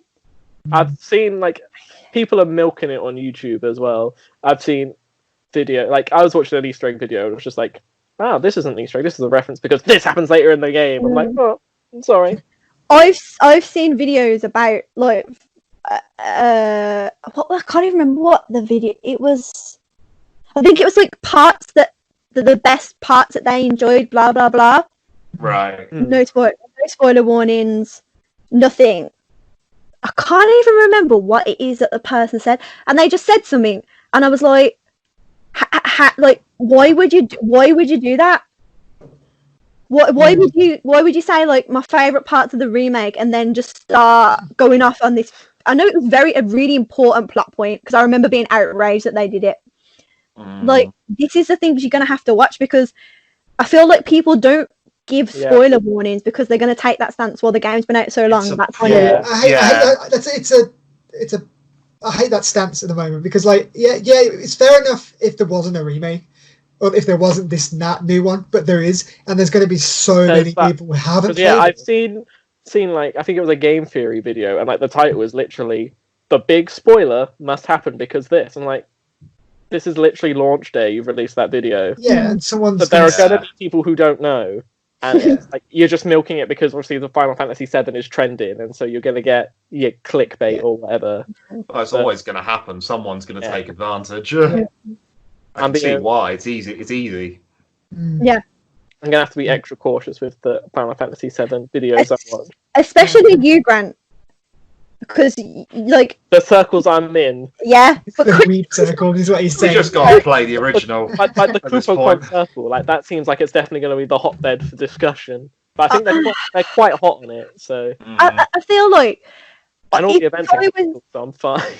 If I was you, I would rather play the original game for myself and experience the story for myself than click on a random article and somebody like tell me the end of the game. I hear what you're saying, but turn-based combat's hella boring. The Switch and PS4 version, it's probably in the Xbox version as well, has like a feature where like if you press down on the left stick, it will go at 3 times the speed. Yes, I used that to walk up the 59 floors. Try that. I didn't know. Yeah. Oh, I did the floors. Did you? I did the floors as well. The bit where like Tifa calls Barrett the R word. Yeah, I forgot about that. It just took me by surprise. Speed. I like caught on it. I was like, hang on a minute. Yeah. Wow. Do that in the remake. I can't imagine why. It's a good job. You could always just watch the cutscenes or a gameplay video on YouTube. I feel like that. I might as well just go watch the video. I'm watching a speedrun at the minute, but again, I'm going to stop it at the point. So you're going to stop in like half an hour? No, it's actually surprising. They're at the plate and it's about an hour. No way. Yeah, okay. Yeah. I thought it would be shorter than that. But it's also funny to see that the speedrun for the original PS1 game is about under 8 hours, the one I'm watching. But there's also one for the remake, which is over 8 hours, and that seems silly to me. Like, we can complete the whole game quicker than how much content this first section. I'm sure that time will go down. But I'm not going to try and speedrun the game. That would be... My speedrun time would be like... My speedrun time would be Henry's normal time. I've been doing like the times 3 speed for like when you're like going. Well, I was going through like the reactors or like on the open world bit, but I'm not doing it for like the stories. Some of those cutscenes you can't, but some of those scenes will just race through it if you do. That's not worth it. Because you can also like turn off the random encounters, can't you? That's spicy. That is. I might like that. Will you not be at the right level? Literally, you'll get. I don't want to go into I want to go into like the final boss. At, like, I level get 10. why that is an option, because it can be annoying just to be suddenly stopped, but yes, especially when you can't figure out where you gotta go, like me earlier, and it was like it was just because like the scene wasn't clear where to go. Yeah, and I was just like walking around for ages, and I just kept getting battles. I was like, I don't need a battle right now. Yeah, where things don't look like where they line up, and then like climbing the pipe, and you get there. It's like, I need some batteries. Like, go down. Let me go down. Yeah, that was annoying. Oh, did you do the pipe before? Oh, yeah. Like that. I knew about ×3 speed, so it wasn't that much. No, it was quite quick with that on. That's why I did it in like 3 hours. I'm like watching Chris on SharePlay. So I'm there and I'm watching and like he's doing something and I'm like, I'm not going to tell him. And then like 10 minutes later he's doing the thing and I'm like, why don't you try going over there? Why don't you try doing it the correct? And then he's like, I can't do that. I can't get to there from this. And then I'm like, okay, Chris. To be fair, I had to hand the controller over to you through SharePlay to try and do that one bit that was just not clear at all. Which bit? Yeah. There's I sent it in the message, but it's like this pipe. Oh, Just trying to get over a pipe that looked like it was attached, but it wasn't attached to that bit. It was just really confusing. You had to go down to go up it. Yeah, it looks like it's attached to the top, like the top of the concrete, and you walk from the top of the concrete across. Yeah. It's on the ground, and you walk up that way. So long. It's not very clear. I say so long. It'll be 15 I think minutes. the worst thing about the original is the stupid button pressing at the end of Reactor 5. Like, when you've got to line it up with Tifa and Barrett, but by the time they've done the action, it's too late. And I'm just like, I did it pretty quickly. It's no time. I felt like I was going through it a lot. Like, I struggled in the remake version, to be fair, as well, trying to line up my stick. It was worse than the remake for me. The worst puzzle in the remake for me was the one with Aerith and Tifa where you got to push that thing down. That got easier the more times you did. Yeah, more times. I didn't read the instructions and I was pushing the wrong button. And I was like, why is it not working? And literally, I tried it for ages and ages and ages. And then eventually, I actually stopped and read it correctly. And I did it the first time. And I was like, I'm so dumb. Like, I'm so dumb. It's so bad. Oh, dear. The mini games are definitely difficult. They are quite hard. Get out of here with his pull-ups, like. Killed my finger. My finger hurt after doing that. I had to have a break. Even if you don't make a mistake, a different order, it's just like. If you don't make a mistake, he still beats you. Yeah, you have to do it faster every time. Fast. Literally. I beat him by 1 on the last. I wasn't looking at the screen. I was doing it by memory, just like. Like squats, easy. Pull-ups, no. Okay. But yeah, should we leave it there, guys? Because we've been talking for 2.5 hours. Not a bad idea, to be honest. I mean, there's probably more people could say, but that's long. No, I want enchiladas now. A one-sentence summary to end. Yeah, I absolutely love the game. 4 was great. Can't wait for the next one. And I hope it's not too far away. Yeah. My summary, play Crisis Core. Thank you. Fair enough. That's the one on the PSP, right? Yes. Yeah. But no, honestly, it was a good remake, and I'm looking forward to the next part. Great. Overall thoughts? Yeah. Combat solid, music solid, characters got more likable as it went on. Looks pretty, sounds pretty. Good fun. They've sidestepped the troubling bits as best as they can, like the bits that haven't aged so well. Yeah. And yeah, the sooner the new one, the better. I'm on that Final Fantasy fever. Same. Okay, overall thoughts? I agree with everything that Grant just said, but as someone who's been a very, very long-term Square Enix fan, be prepared to wait a lot longer than you were expecting to wait for the next part. Oh yeah, no, I've waited 10 years for Kingdom Hearts 3. Like, I'm prepared. Grant knows all about this. Yeah. I feel like people online are like, oh, they're going to knock it out really quick. They're not. I feel like they're going to do it quicker than some of their other stuff because a lot of the foundations are already there. Yeah. But I'm still... And I feel like because of the nature of it as an episodic as opposed to just a new game, they probably feel like they have to do more. But yeah, I can see it being longer than I'd like. We're in this for the long haul now, lads. It's too late. It's too late for the us. Next episode of Game Chat will be about Final Fantasy Part 2 in 2022. Looking forward to it. Maybe a bit longer than that. Yeah, when it eventually comes out, we'll have to do this again. 100%. Do you think the remake is better than 8, though, Kate? Is it the new best Final Fantasy? It's already better than 15. Oh, I'm really enjoying the nostalgia of it all. I'm really enjoying seeing how they've made the changes. I'm liking characters a lot more now than I just did not have time for before. But if they would have come to me and said, okay, you can have 7 remade or you can have 8 remade, I would have chose 8. No question. Sure. Do you think they'll remake any of the others? I don't think they'll remake. I don't think they'll have time, do they? 7 they don't have the time or resources. 7 is one of them that it is held in such high esteem. It is like the Final Fantasy. I feel like they'll do 7 and they'll move on with the next one. I don't feel like they'll do any of the others. What's wrong with 9? Like, I feel the ones people like are 6, 7, 8. That's a whole other podcast. But I was gonna say, like, I want to eat, but I will message. We'll come back to the question. What's wrong with 9? It is an amazing game, and I very, very much enjoyed it. And I am not opposed to the changes. I would still like to see it kept very similar.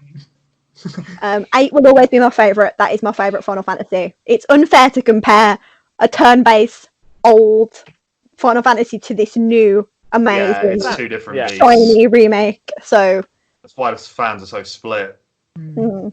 I understand why people are angry, because if Resident Evil 4, the talks about getting a remake, that's my favourite game. If they mess that up, I'm going to be angry. So I can understand why original fans are angry, but me personally, I'm quite excited do they for need to do 4 again? 4 is on every console ever made. You cannot improve upon perfection, Grant. But what if they do? Who knows? As long as it's longer than Resi 3. Yeah, this episode of Game Chat's longer than Resi 3. Oh dear. Chris, free us so we can eat. Okay, so let us know in the comments what you think of Final Fantasy, what side of the coin you're on, whether you absolutely love it or hate it because of the end. We'll see. But let us know. Leave a like and all that, subscribe. And we'll see you next time. Bye, guys. Bye. Bye. Oh, no, I can't wave. If you like that video and want to see more like it, then click this playlist button here. If you happen to want to subscribe to us and check out all our content, then click this amazing sexy button right here. Look how enticing it is. You know you want to click it. And if you're already subscribed to us, well then you are already an awesome human being.